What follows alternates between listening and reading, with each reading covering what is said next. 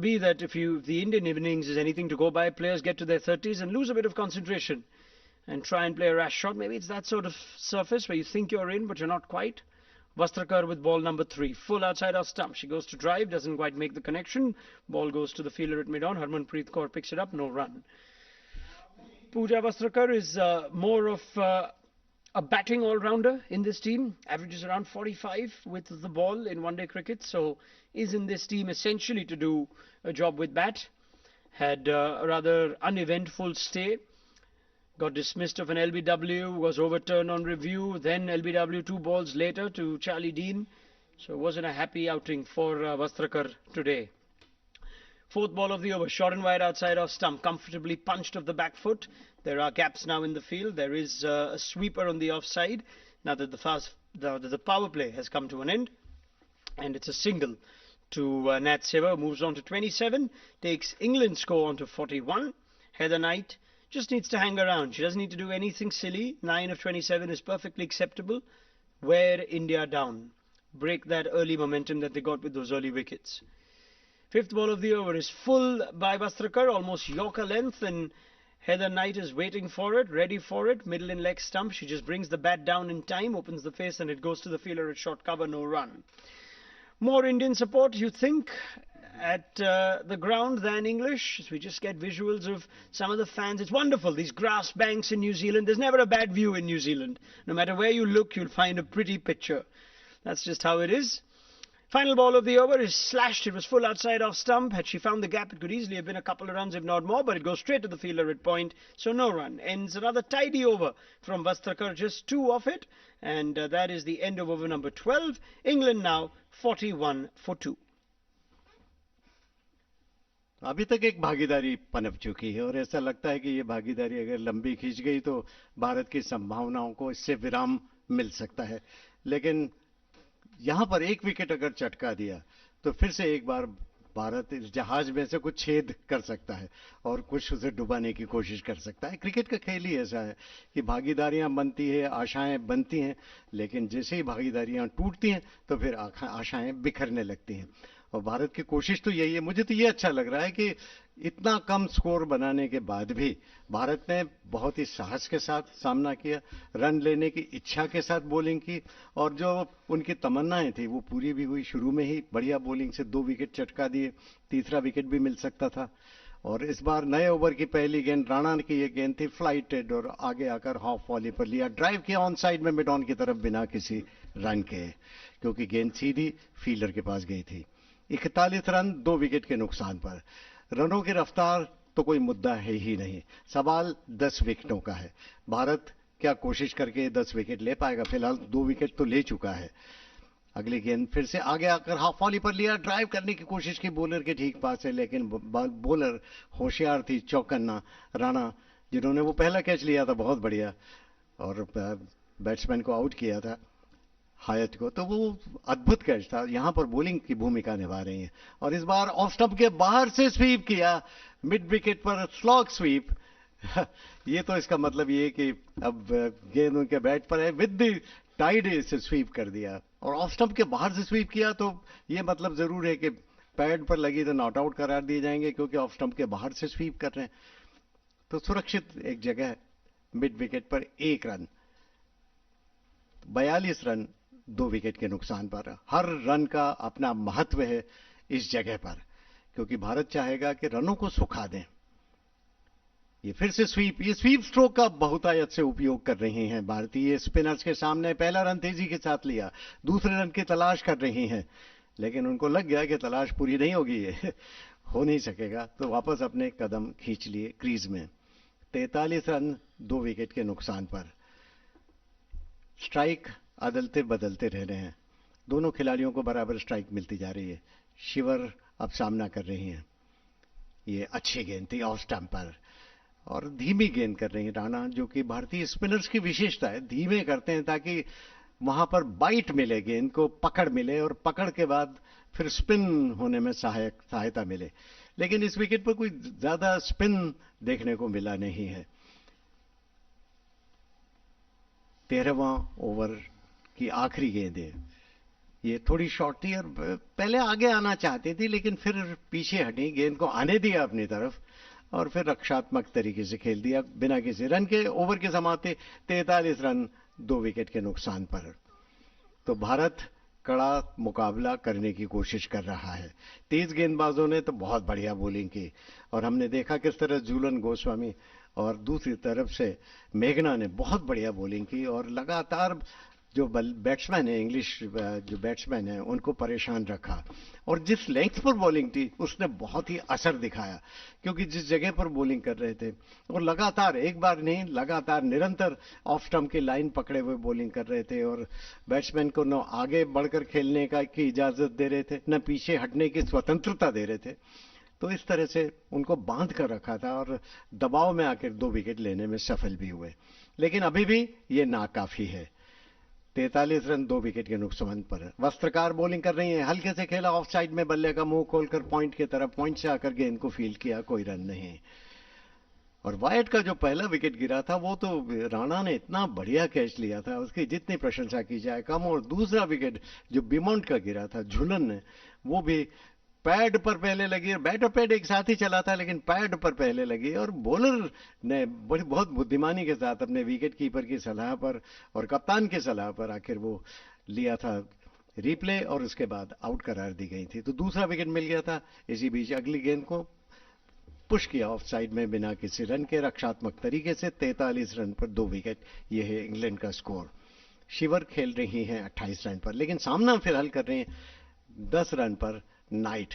और नाइट की इस मामले में प्रशंसा करनी पड़ेगी कि एक तरफ से बिल्कुल धीमा खेल रही हैं, फिक्र नहीं कर रही हैं कि उनकी तेज रफ्तार नहीं चल रही, एक सिरा बरकरार रखा हुआ है। और इस बार हल्के हाथों से केवल आखिरी वक्त बल्ले का मुंह खोला और धीरे से पुश किया ऑफ साइड में और 1 रन के लिए दौड़ पड़े। हालांकि यहां पर गायकवाड़ ने गेंद को फील्ड करके थ्रो करके स्टंप बिखेरने की कोशिश जरूर की थी, लेकिन जल्दबाजी में निशाना भी चूकी और बैट्समैन भी अपनी अपनी जगह पर पहुंच चुकी थी। शिवर खेल रही हैं 28 रन पर, नाइट अब 11 रन पर पहुंची और शिवर सामना कर रही हैं। वस्त्रकार बॉलिंग कर रहे हैं। भारत ने अभी भी अपने प्रयास जारी रखे हैं, उम्मीदें अभी भी बाकी है। ये फुल टॉस, लेकिन ये फुल टॉस तो कमजोर गेंद थी, लेकिन सीधी ऑन साइड में मिड ऑन पर ही खेल दिया तो रन नहीं मिला। वस्त्रकार का ये तीसरा ओवर चल रहा है। 4 ही रन दिए, रन तो कोई ज्यादा नहीं दिए, लेकिन विकेट लेने की संभावना भी ज्यादा दिखाई नहीं है। कारण यह है कि बल्लेबाज बहुत आसानी से उनकी गेंदों को खेल रहे हैं और कदमों का इस्तेमाल करते हुए दिखाई दे रहे हैं। उनको लग रहा है कि राहत की सांस है, यहां पर हम रन बना सकते हैं। ऐसे में ही कभी विकेट चटकने का भी मौका मिल जाए। इस बार शॉर्ट पिच और बैकफुट पर जाकर पुल किया ऑन साइड में मिड विकेट बाउंड्री की तरफ 4 रन के लिए। ये तो बहुत अच्छा स्ट्रोक था और बहुत ही कमजोर गेंद। यही लग रहा था कि कहीं शॉर्ट पिच गेंद ना कर दें, तो शॉर्ट पिच गेंद ही आ गई और तुरंत ही बैकफुट पर चली गई और स्ट्रोक के लिए जगह बनाई।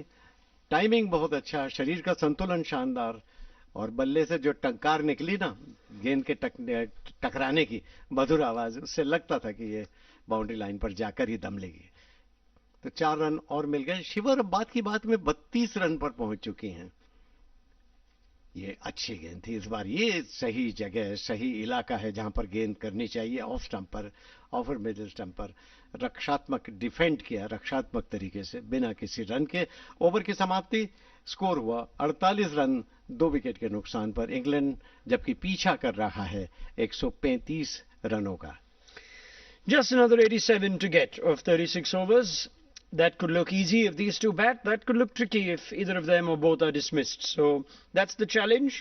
This game's still not done because England have shown the ability to collapse in this tournament alone. They are looking at a middle order after these two batters that is short of runs, even though Amy Jones got a 50 in the last game. She didn't have a couple of scores before that. After that, you never know under pressure.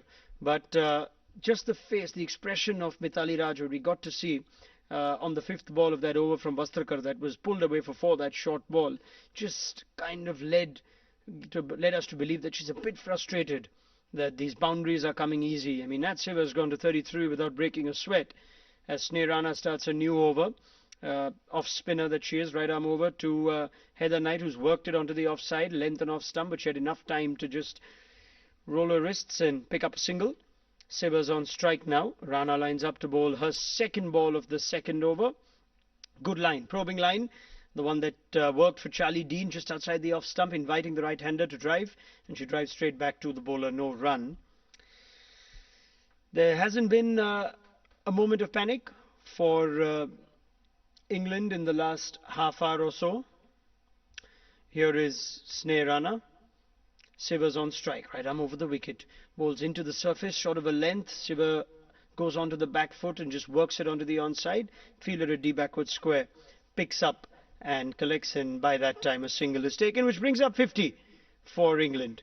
50 in the 15th over, and a good partnership building here between Nat Siva and the England captain Heather Knight. 14.3 overs. It's taken them an hour, 59 minutes, as O.P. Sharma, our scorer, points out. Fourth ball of Rana's overs worked onto the leg side, and it's picked up by Deepti Sharma running in from deep backward square. So a single to allow the scoreboard to continue ticking over. 3 singles and 4 balls so far.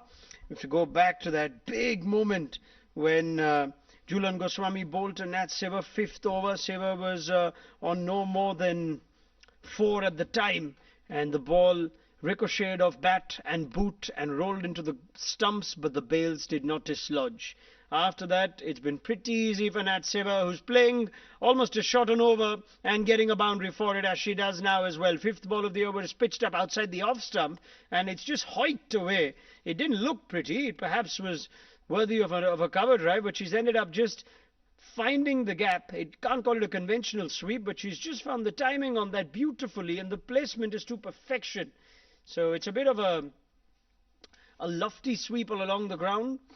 High back lift that met the ball outside the off stump, and she's managed to make good enough contact. That's gone for 4 past mid-wicket. Follow-up ball by Sneh Rana.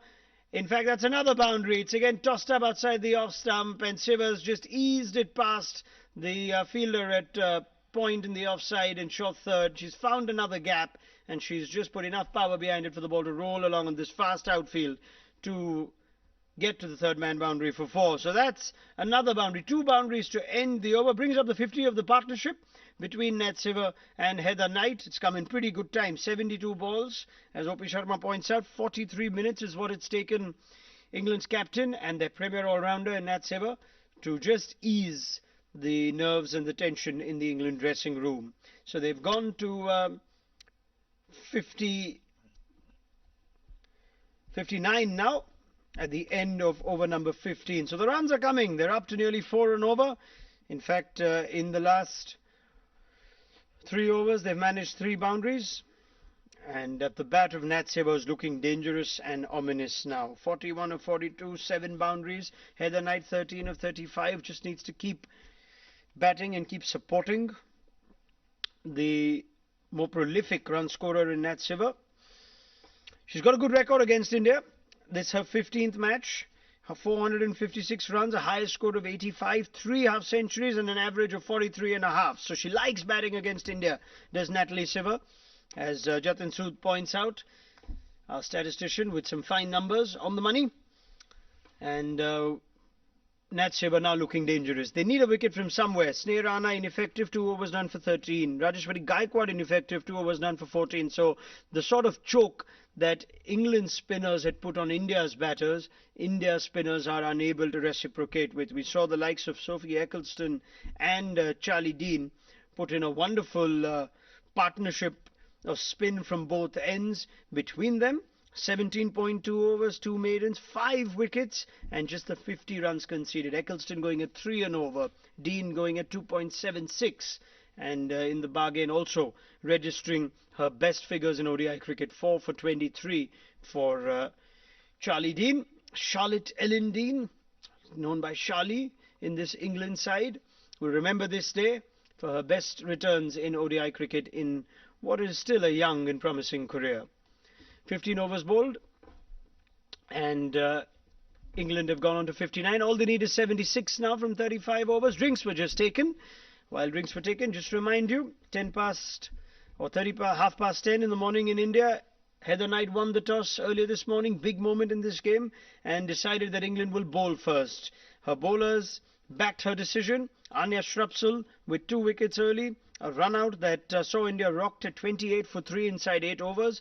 Bit of a partnership that was building between Smriti Mandana and Harmanpreet Kaur that was ended when Charlie Dean struck a double blow in the 17th over of the innings, dismissing Kaur and Sneha Rana for a duck, after which India could never really recover. Richa Ghosh with 33 and looking good, along with Jhulan Goswami, registered the highest partnership for India, which ended unfortunately in the form of a run out for Ghosh. And soon after, Goswami fell, and that resulted in the Indian innings wrapping up for just 134 in 36.2 overs. In response, Goswami and Meghna Singh started particularly well. Meghna Singh 4 overs, 2 maidens, 1 for 7. Goswami 4 overs, 1 for 17.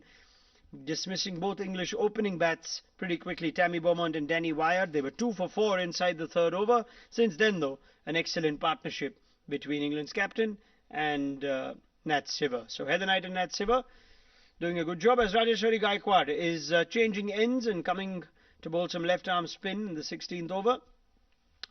First ball, there's an appeal for LBW as Knight tries to sweep without the same sort of success as Sivers managed to, but the ball was always angling down the leg side, so not out and no real discussion of a review. She's got to get that line right, does Rajeshwari Gaikwad. Tosses this one up, Knight drives but can't pierce the offside field. 4 fielders in the ring on the offside.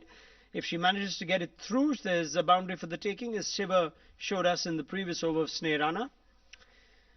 Knight 13 of 37. Third ball of the over again is short of a length. She goes onto the back foot and punches it, but can't get it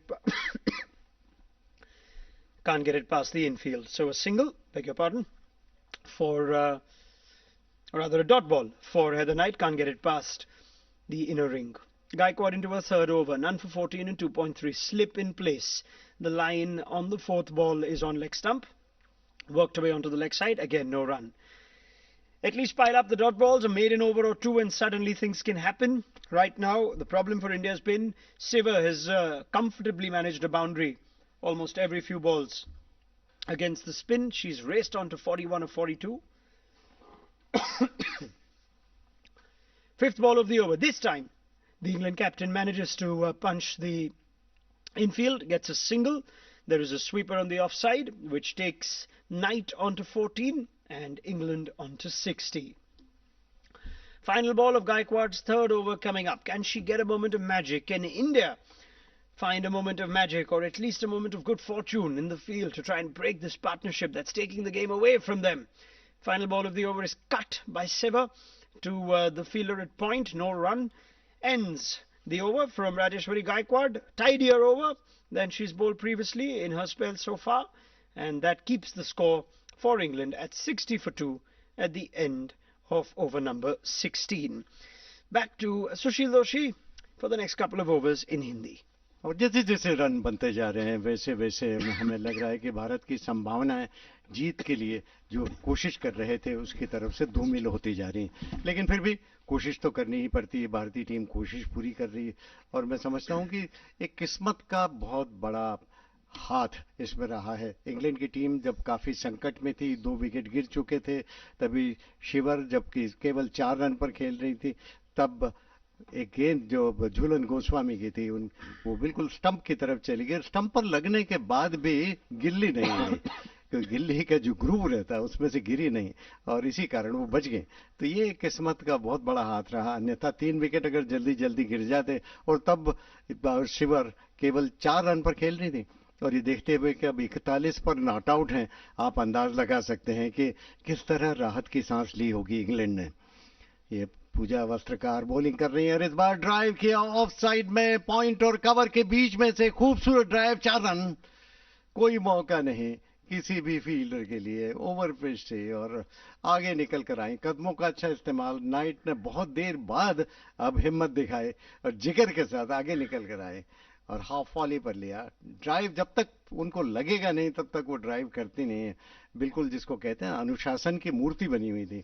एक सिरा बरकरार रखने की कोशिश कर रही थी, लेकिन जब ड्राइवेबल लेंथ को मिली और अब काफी देर तक उन्होंने विकेट पर कब्जा बनाए रखा, समय व्यतीत कर लिया, तो फिर आराम के साथ ड्राइव करके 4 रन लिए. अगली गेंद को रक्षात्मक तरीके से खेला ऑफ साइड में सिली मिड ऑफ की तरफ बिना किसी रन के.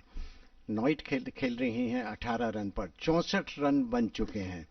अब लक्ष्य नजदीक दिखाई दे रहा है।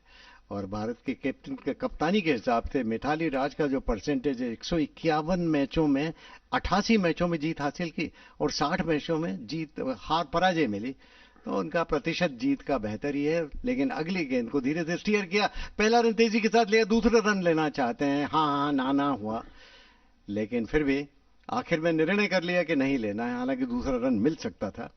तो हम चर्चा कर रहे थे मिथाली राज 151 मैचेस 88 पे जीते, 60 में हारे, यानी 59.46 जीत का प्रतिशत रहा, जो कि अच्छा प्रतिशत किया जा रहा है। झूलन गोस्वामी ने भी कुछ हद तक किया था अब कप्तानी, लेकिन उनका वैसा प्रतिशत नहीं।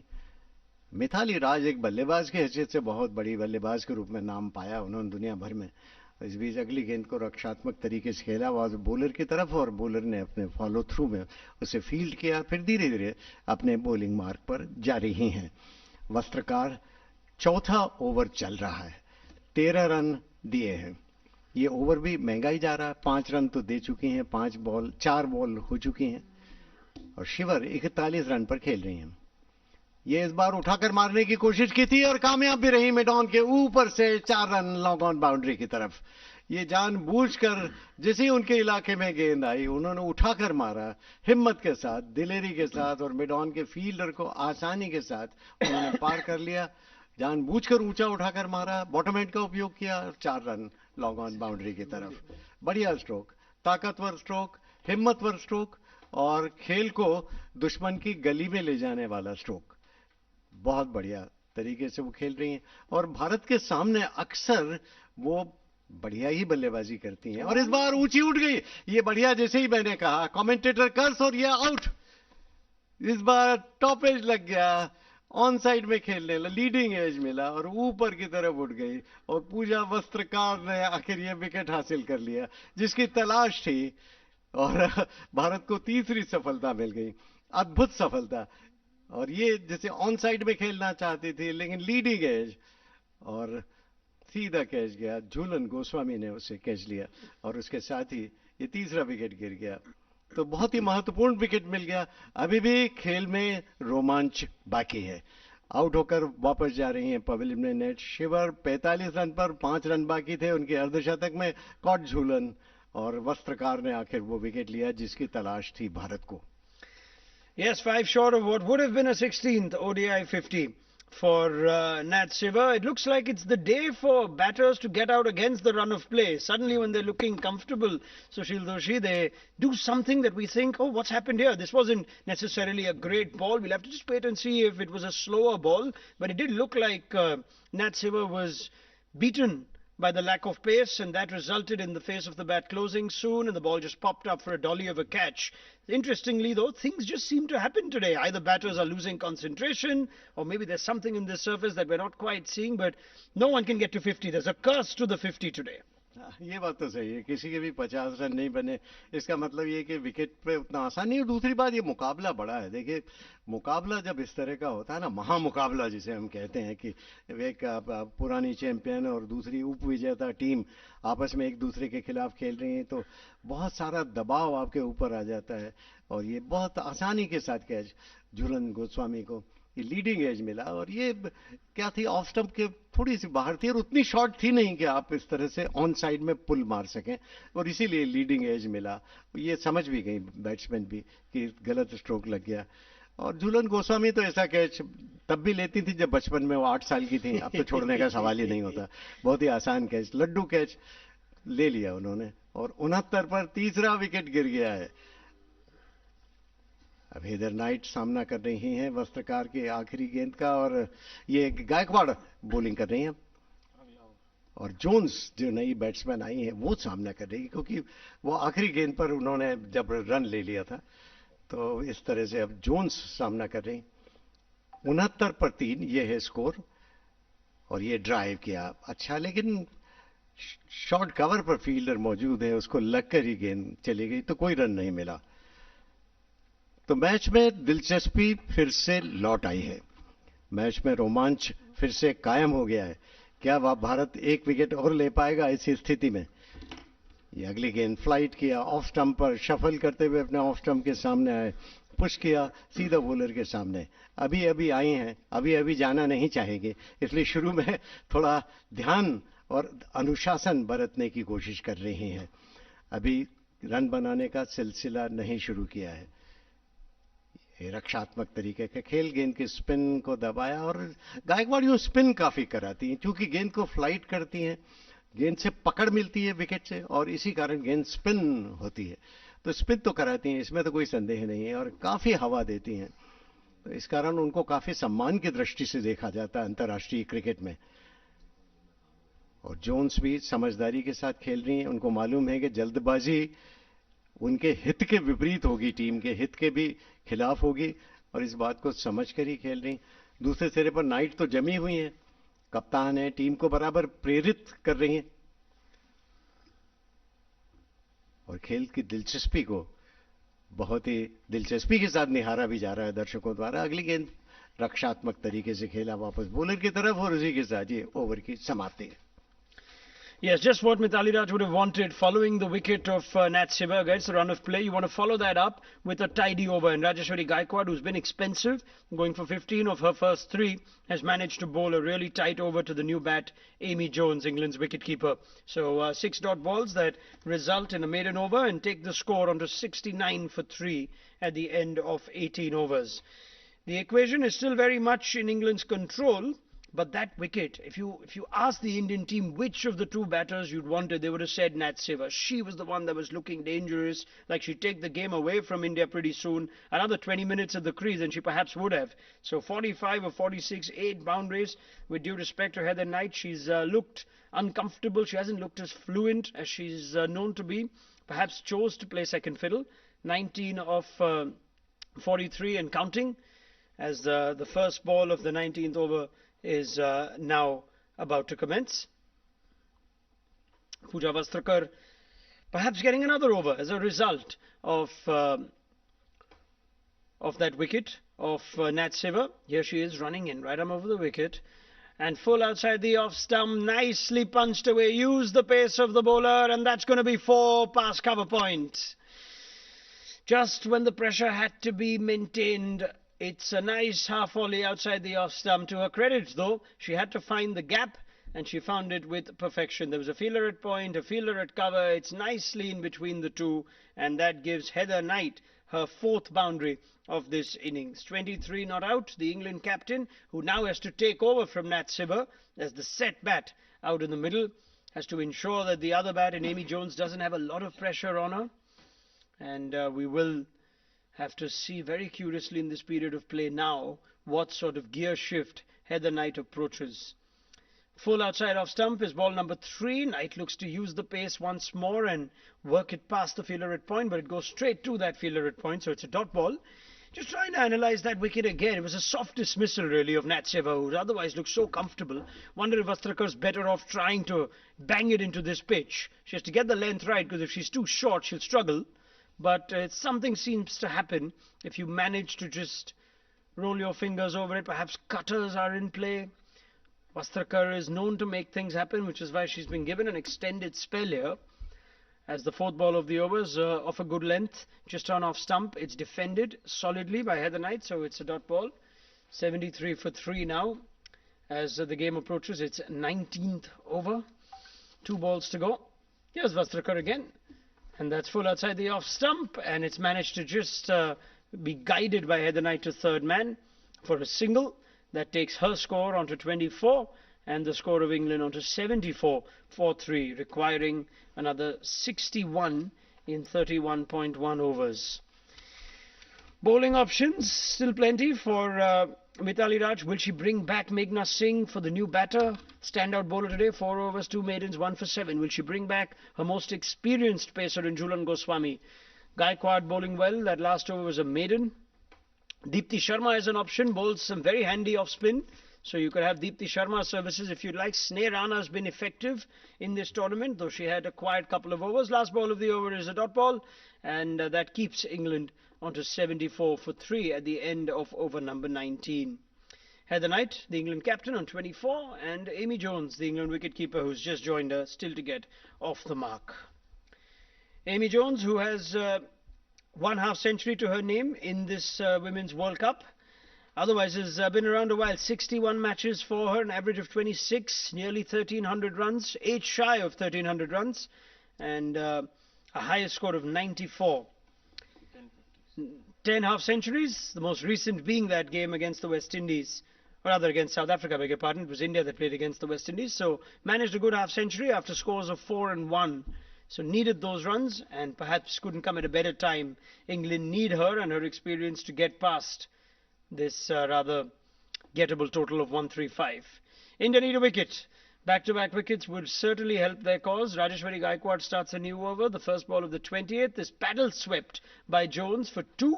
So that'll get her first runs of this. In fact, it's just the one. So the temptation of the second was turned down, as O.P. Sharma points out. And in fact, it was Heather Knight who was on strike, who got a single of the last ball. So Jones is still to get off the mark. Now there's an appeal. There is an appeal for LBW. Jones walked across to off stump, and the ball seemed to make contact with the pad. Perhaps a bit of glove on the way. Or did she walk outside the off stump? No, the Indian team is not interested in the review. Looked like an odd sort of shot for Amy Jones to play. It was a ball that was tossed up and off stump. She walked across. She had the time to walk across to her off stump and almost go down belatedly to try and attempt the sweep, but made no real contact. So she survives, still to get off the mark. 0 of 8. They need to keep her on strike, keep her on 0. India need to keep the pressure on England and on Amy Jones. Left arm round the wicket to the right hand bat and punched onto the offside. Little bit of hesitation, but eventually the fielder at short cover can't collect, and by the time Snehrana at mid-off runs around, it's a comfortable single. So Heather Knight took a moment to actually take off, but there was plenty of time for her once short cover couldn't stop that ball. So a single to Amy Jones. She's off the mark. Heather Knight on strike to face ball number 4 of this 20th over. Roundabout off stump, tossed up. She drives straight to the short fielder at cover point, and that's no single on offer there. So Gaikwad just tightening things up after going for 15 in her first 3, has bowled a maiden in her 4th and now conceded just 2 of the first 4 so far. 5th ball of the over. This time Knight beautifully opens the face of the bat and allows for a ball that was just short of a length outside the off stump, and manages to work it through the third man boundary. It was Deepti Sharma in pursuit, runs hard and manages to put in enough of an effort to stop the ball just before it touched the boundary. So not before, of course, the batters had managed to get, I think that's 2, maybe 3. We'll just have to wait for confirmation. She ran inches close to the boundary, but I think her fingers, in an attempt to try and pull the boundary back as she herself dived over, might have made contact with those boundary advertising cushions. The triangles, as we call them now, it's not the rope, it's the boundary triangle, so there could very well be a little bit of contact here. I can't see any daylight, so that may be 4. And umpire Wilson is just going to double check with Claire Polosak in the third umpire's chair, and she has confirmed 4. So a boundary for Heather Knight. She goes on to 29 as a result. England's score goes on to 80 as a result. Last ball of the 20th over coming up from Rajeshwari Gaikwad. You're listening to All India Radio's live ball-by-ball commentary of this massive World Cup game, England versus India. Right now it looks like the defending champions are going to open their account of this 2022 campaign. Final ball of the over is defended nicely by the English captain, and that keeps the score 80 for 3 at the end of 20 overs.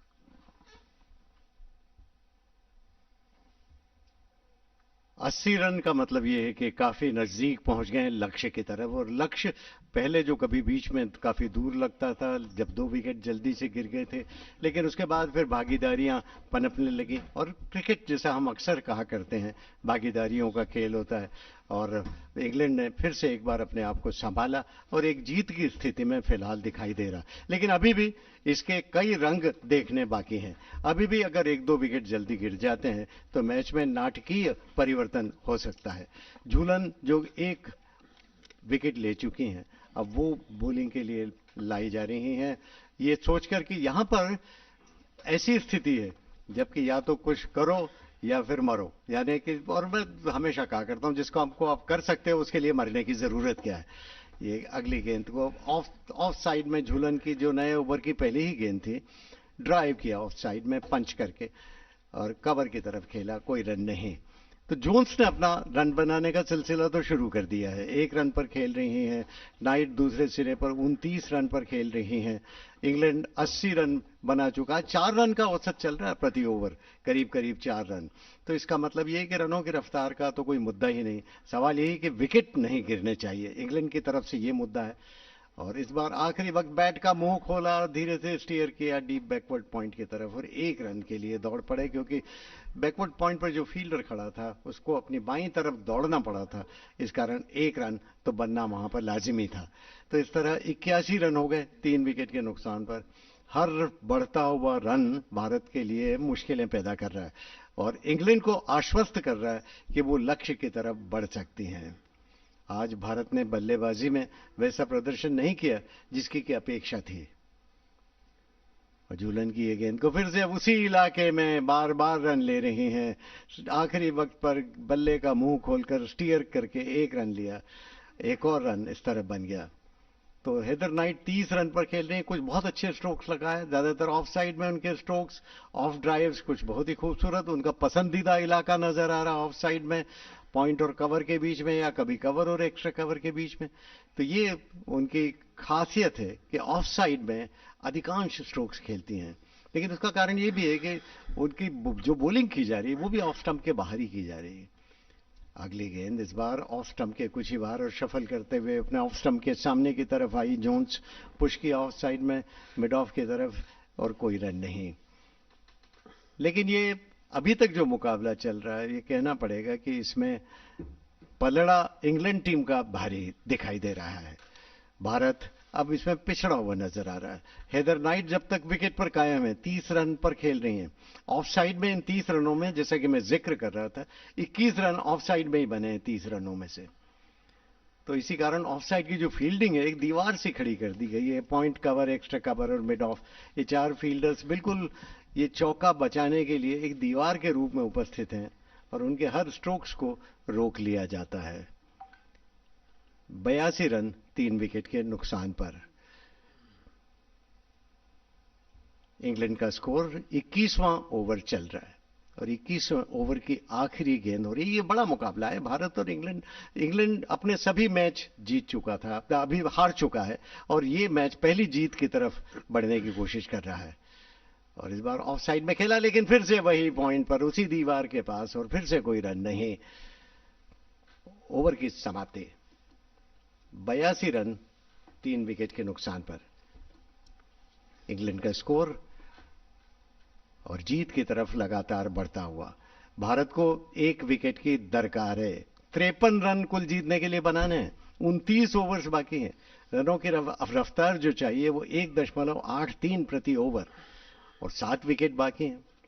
जब तक कोई अनहोनी न घट जाए तब तक England जीत की तरफ आराम से बढ़ रहा है।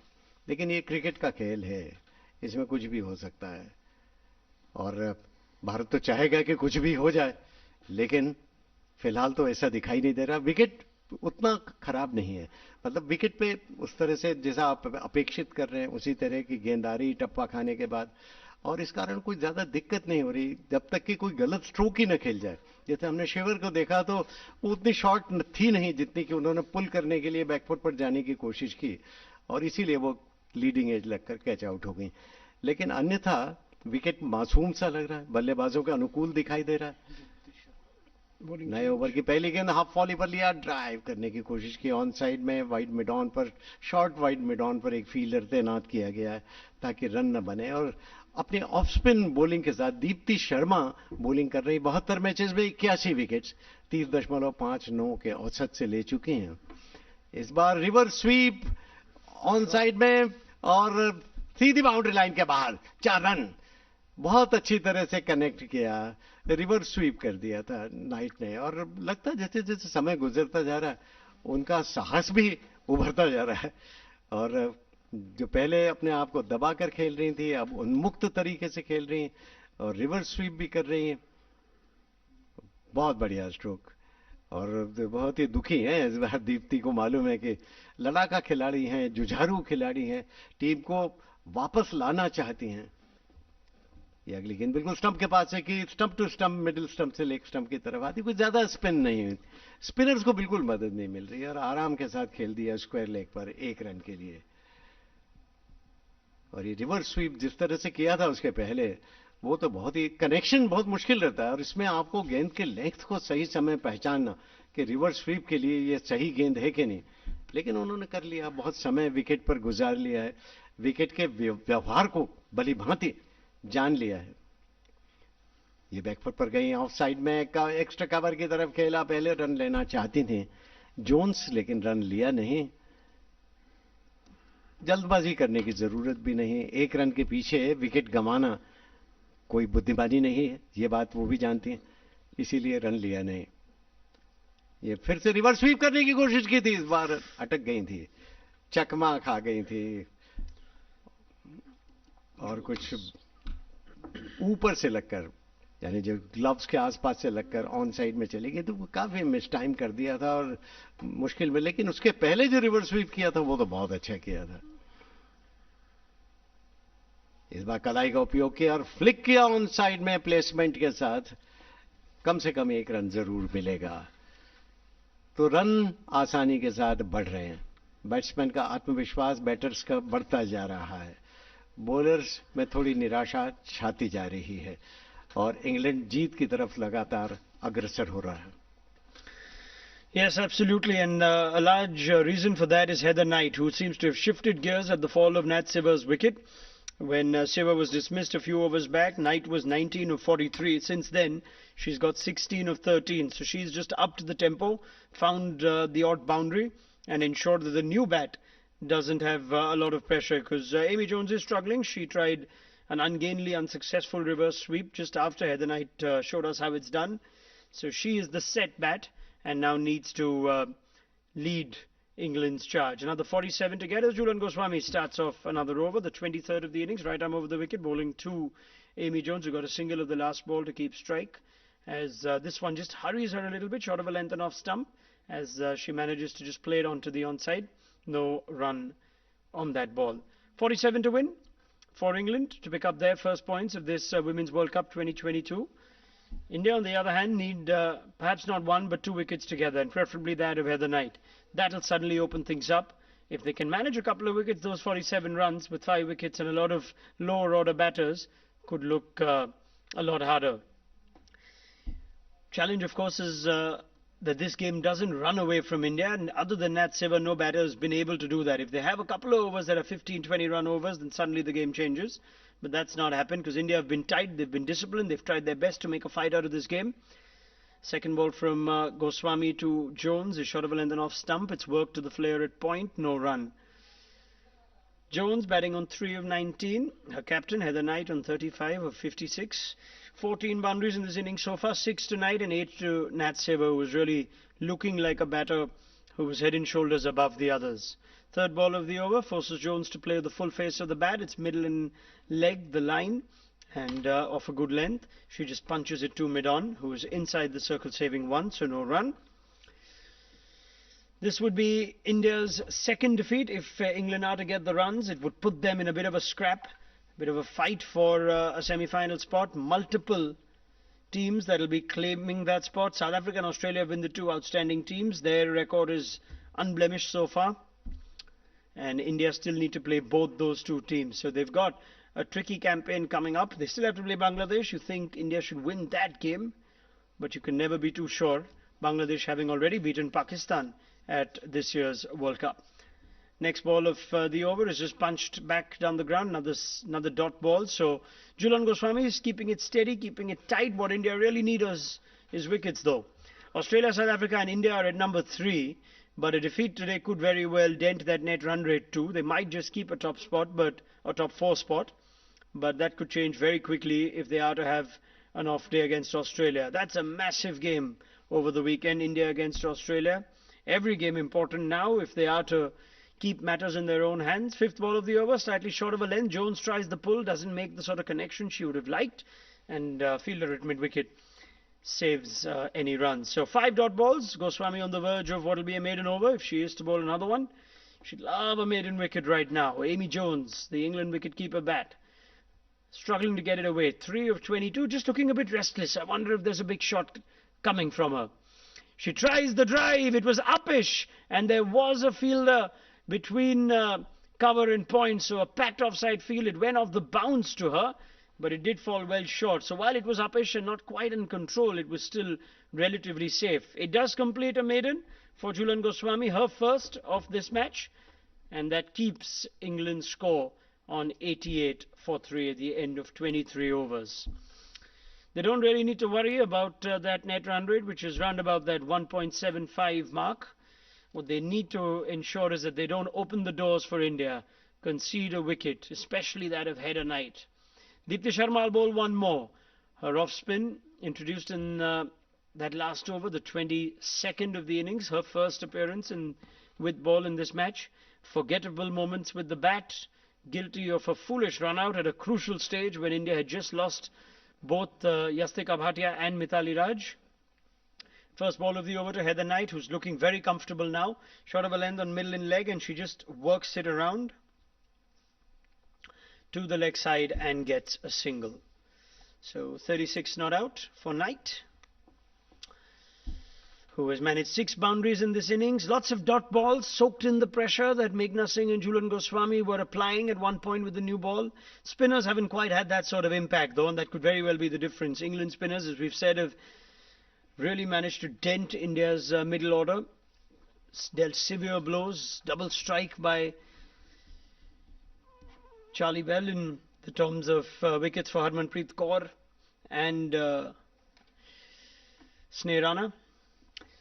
39 dot balls for Heather Knight in this innings, so she's soaking those dot balls, but she's now batting a bit freely. Like I said, she was 19 of 43 at one stage, and now she's moving along quite nicely, quite comfortably, 36 of 57. Single that was played of the third ball of the over, and the fourth ball to Knight is a dot ball. She works it nicely, but there is a fielder at short mid-wicket. So Deepti Sharma not really asking many questions of the English bat. The English batters now looking to just get this scoreboard ticking. Now, fifth ball of the over. This time Knight goes down on one leg and sweeps particularly well. And that'll go all the way for 4. Fielder at the deep square leg boundary cannot run fast enough to her right to cut it off. And that takes England onto 94.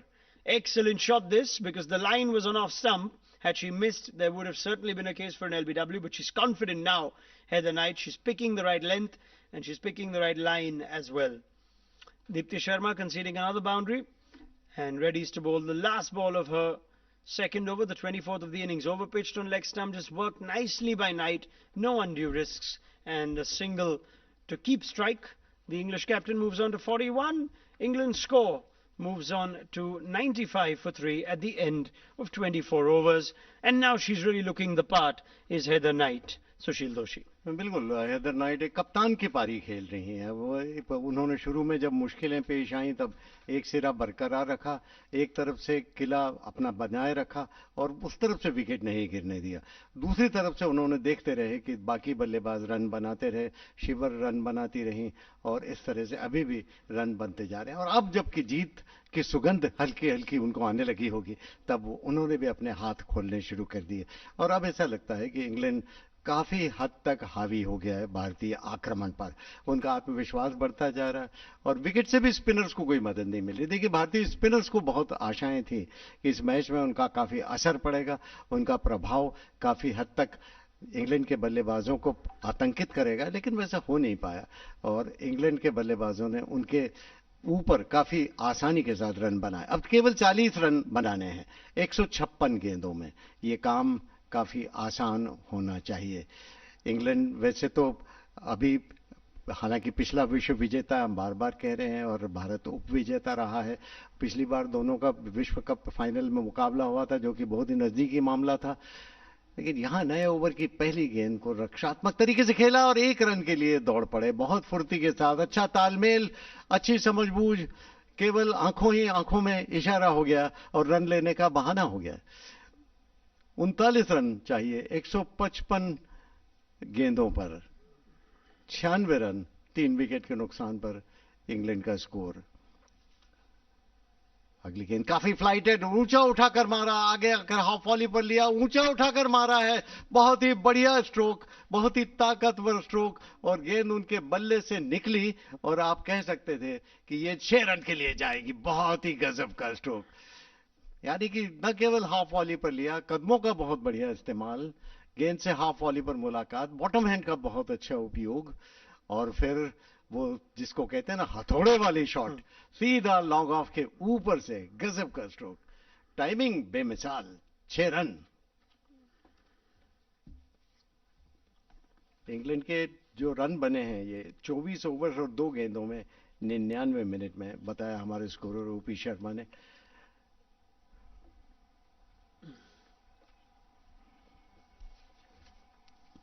ये अगली गेंद को बहुत बढ़िया, एक बार फिर से ये ऑन साइड में मिड ऑन के ऊपर से मारने की कोशिश की थी, लेकिन ये आउट। मिड ऑन पर बहुत बढ़िया कैच लिया, गजब का कैच। ये तो कहना होगा कि जा रही थी जैसे मिड ऑन के ऊपर से उड़कर, लेकिन जिस तरह से ऊंचा उछल कर ये कैच लिया हरमनप्रीत ने, उसकी जितनी प्रशंसा की जाए, अच्छे अच्छे क्रिकेट में इस तरह के कैच देखने को नहीं मिल सकते। और जंप को क्या टाइमिंग किया उन्होंने, अद्भुत, पीछे हटते हुए 3 गुलाटी खा गई, लेकिन मजाल है जो गेंद उनके हाथों से छूट जाए। गजब का कैच, और भारत फिर से अपना प्रभाव जमाने की कोशिश कर रहा है। She's actually laughing and she's got a big smile, Harmanpreet Kaur, because she actually misjudged it initially. She took a step forward and realized then she had to backpedal, which only, I guess, her early indecision only makes that catch even more spectacular, because she had to change momentum, walk back or run back and keep pace. And then, like you pointed out, Sushil, though she timed the jump to perfection, it was hit reasonably well, even though it was mistimed. It wasn't one of those that were just looping. There was some pace on that, so it had to be a perfectly timed jump, and she had a heavy fall on her head. Might be a bit sore tomorrow morning, but importantly, it dismisses Heather Knight. Now, is there still life in this game, or has the England captain done enough to put this game to bed? नई जो batsman आई हैं Sophia Dunkley, और Sophia डंकले एक अच्छी बल्लेबाज हैं, वो भी, हालांकि 33 रन ही चाहिए इंग्लैंड को, लेकिन ये क्रिकेट का खेल है। मैं बार बार कह रहा हूं कि 1-2 विकेट गिरते हैं और अचानक खेल के रुख में नाटकीय परिवर्तन होता जाता है, और क्रिकेट इसीलिए विख्यात भी है, और क्रिकेट इसीलिए कई लोगों का दिल भी तोड़ देता है और कई लोगों का दिल रख लेता है। ये मिडिल और ऑफ स्टंप पर, मिडिल स्टंप से ऑफ स्टंप की तरफ आती हुई, और जो विकेट लिया था वो आगे निकल कर आई थी, और ऐसा लग रहा था कि मिड ऑन के ऊपर से जा रही, क्योंकि साधारणतः जो फील्डर रहते हैं ना, वो आगे की तरफ आते हैं। जैसे ही बॉलर बॉलिंग करने के लिए जाता है तो वो आगे के मूवमेंट को फिर से पीछे की तरफ उठना पड़ा, और सभी खिलाड़ियों ने आकर बधाई दी। इस बार शॉर्ट पिच गेंद थी और बैकफुट पर जाकर कट किया, ऑफ साइड में पॉइंट की तरफ जा रही है, बाउंड्री लाइन से अंदर गेंद को फील्ड कर लिया जाएगा और रिले थ्रो की तरह उसे वापस किया जा रहा है विकेट कीपर की तरफ, लेकिन तब तक आराम के साथ 2 रन तो कम से कम ले लिए। तो 104 रन अब स्कोर हो गया है, 25वां ओवर ये समाप्त हुआ। तो काफी कुछ घटना प्रधान ये ओवर रहा, और वो कैच जितनी बार आप देखो ना उतना आपको तबीयत खुश हो जाती है। जिस तरह से उन्होंने वो कैच लिया उसकी प्रशंसा करनी होगी, क्योंकि पहला मूवमेंट उनका आगे की तरफ था, क्योंकि साधारणतः जब फील्डिंग करते हैं तो आगे बढ़ने की एक नेचुरल स्वाभाविक मूवमेंट रहता ही है, लेकिन जब गेंद पीछे जाकर देखा, पीछे जाती देखा, तो उन्होंने फिर पीछे की तरफ कदम बढ़ाना हटाना शुरू किए, और ऐसे कैचेस बहुत मुश्किल होते हैं। लेकिन आखिर में फिर जंप भी करना पड़ा, तो जंप का परफेक्शन, जो टाइमिंग का इतना बढ़िया था उसका टाइमिंग, कि गेंद उनके हाथ में आ गई और तबीयत खुश हो गई। जब गेंद हाथ में आ गई तो सारे खिलाड़ियों ने उनके पास जाकर उनके इस अद्भुत कैच के लिए बधाई दी। तो भारत अब भी अपना असर दिखा रहा, 104 पे 4 विकेट,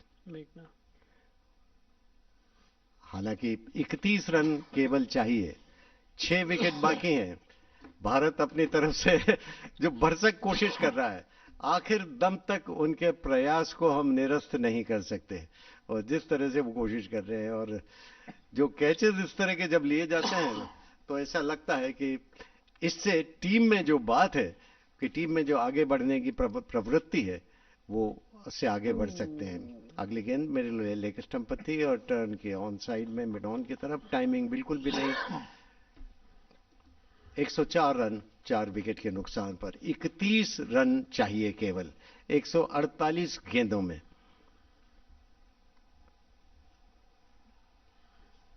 छोटे छोटे बच्चे भी यहाँ खेल देखने आए और छोटी छोटी लड़कियां दिख रही तो बड़ा अच्छा लगता है कि ये भविष्य की क्या क्रिकेट खिलाड़ी बनने वाली, मन में ये विचार तो उठता है। और अगली गेंद गुड लेंथ थी और पुश किया अपने ठीक सामने। 104 रन 4 विकेट के नुकसान पर।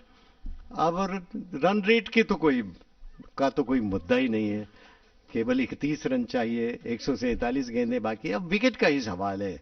और भारत कोशिश कर रहा है, भरसक कोशिश की यहां पर 1-2 विकेट और ले उड़े तो कुछ दबाव में डाल सके, मैच कम से कम एक तरफा न हो, ऐसा न लगे कि हास्यास्पद तरीके से हारे। और ये गेंद नीचे रह गई थी थोड़ी सी और आखिरी वक्त पर बैट को नीचे किया और धकेला गेंद को दूर ऑन साइड में बिना किसी रन के। भारत हरदम कोशिश कर रहा है आखिरी वक्त तक किसी भी तरह से एक विकेट और यहां पर गिराएं। और कुल मिलाकर भारत के प्रदर्शन को हम कहेंगे कुछ गरम तो कुछ नरम, लेकिन नरम ज्यादा गरम कम, ये तो कहना पड़ेगा। बल्लेबाजी में बिल्कुल नरम प्रदर्शन, लेकिन गेंदबाजी और फील्डिंग में ठीक ही प्रदर्शन कर रहे हैं। उनकी फील्डिंग जो पहले उतनी अच्छी नहीं हुआ, अभी बहुत अच्छी दिख रही है। और कोशिश अपने फील्डर्स द्वारा ये की जा रही है कि बॉलर्स का साथ दें। और हरमनप्रीत कौर ने जो कैच लिया था वो तो जितनी बार देखो तबीयत खुश होती है, क्योंकि मुश्किल कैच, पुरुष क्रिकेट में भी ऐसे कैच मुश्किल होते हैं, लेकिन इन्होंने तो बहुत बढ़िया कैच लिया। और ये रहते हैं ना, अगली गेंद को शॉर्ट लिमिट ऑफ की तरफ खेला बिना किसी रन के।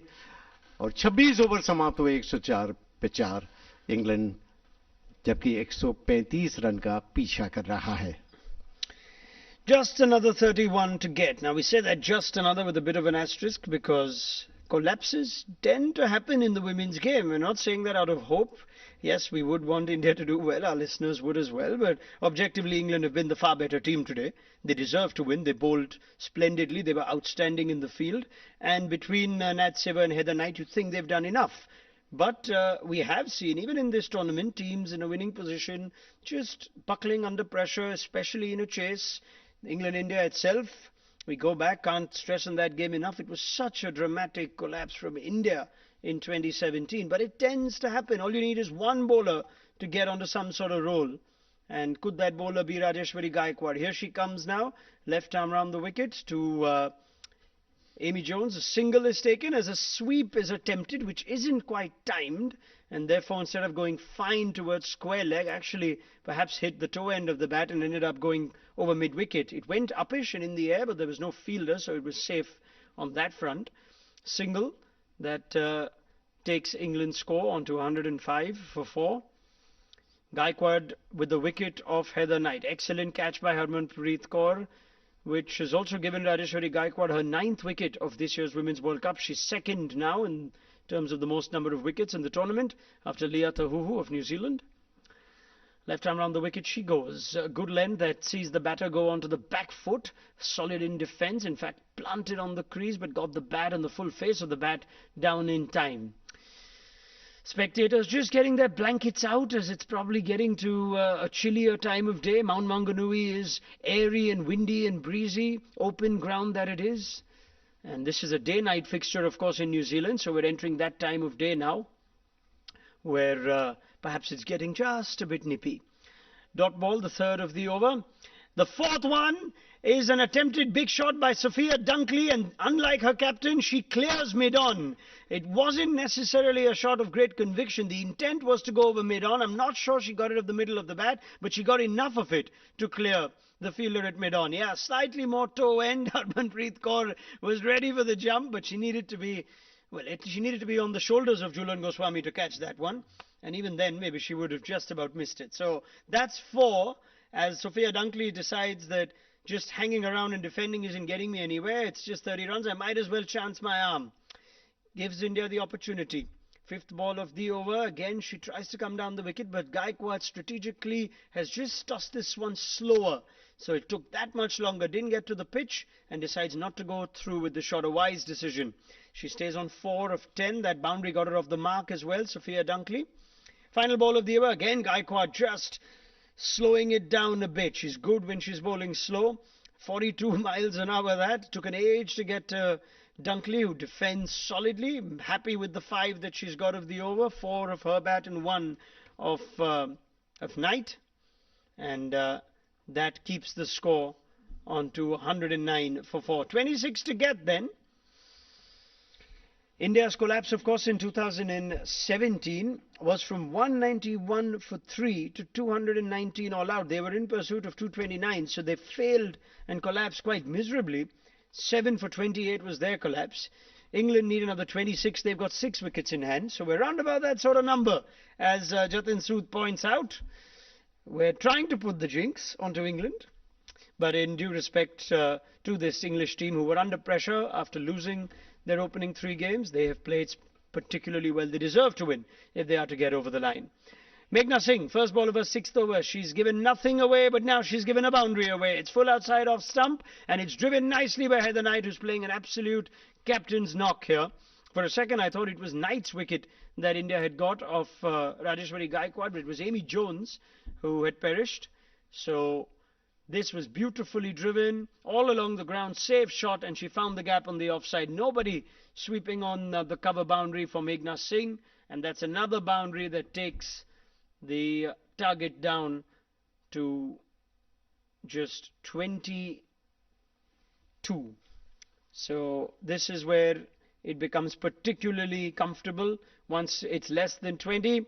Next ball of the over, short of a length. It's just guided nicely to third man, which brings up another half century for Heather Knight, one of England's greatest ever cricketers, an absolute ambassador of the game, and she's played a captain's knock in a vital match for her side to effectively keep their World Cup campaign alive. It's her 23rd one-day international 50, her 2nd in ODIs against India, and her 3rd in World Cup cricket, along with the 100 that she already has. 66 balls is what it's taken, so many thanks to Jatin Sood for those numbers for Heather Knight in one-day cricket. And O.P. Sharma points out that it has taken the England captain 66 balls. Once again, I remind you of a time when Nat Siver was dismissed. She was 19 of 43, and she now is 50 of 66. So she's essentially scored 31 of 23 after the fall of Nat Siver's wicket. It's been the perfect shift in gears for the England captain.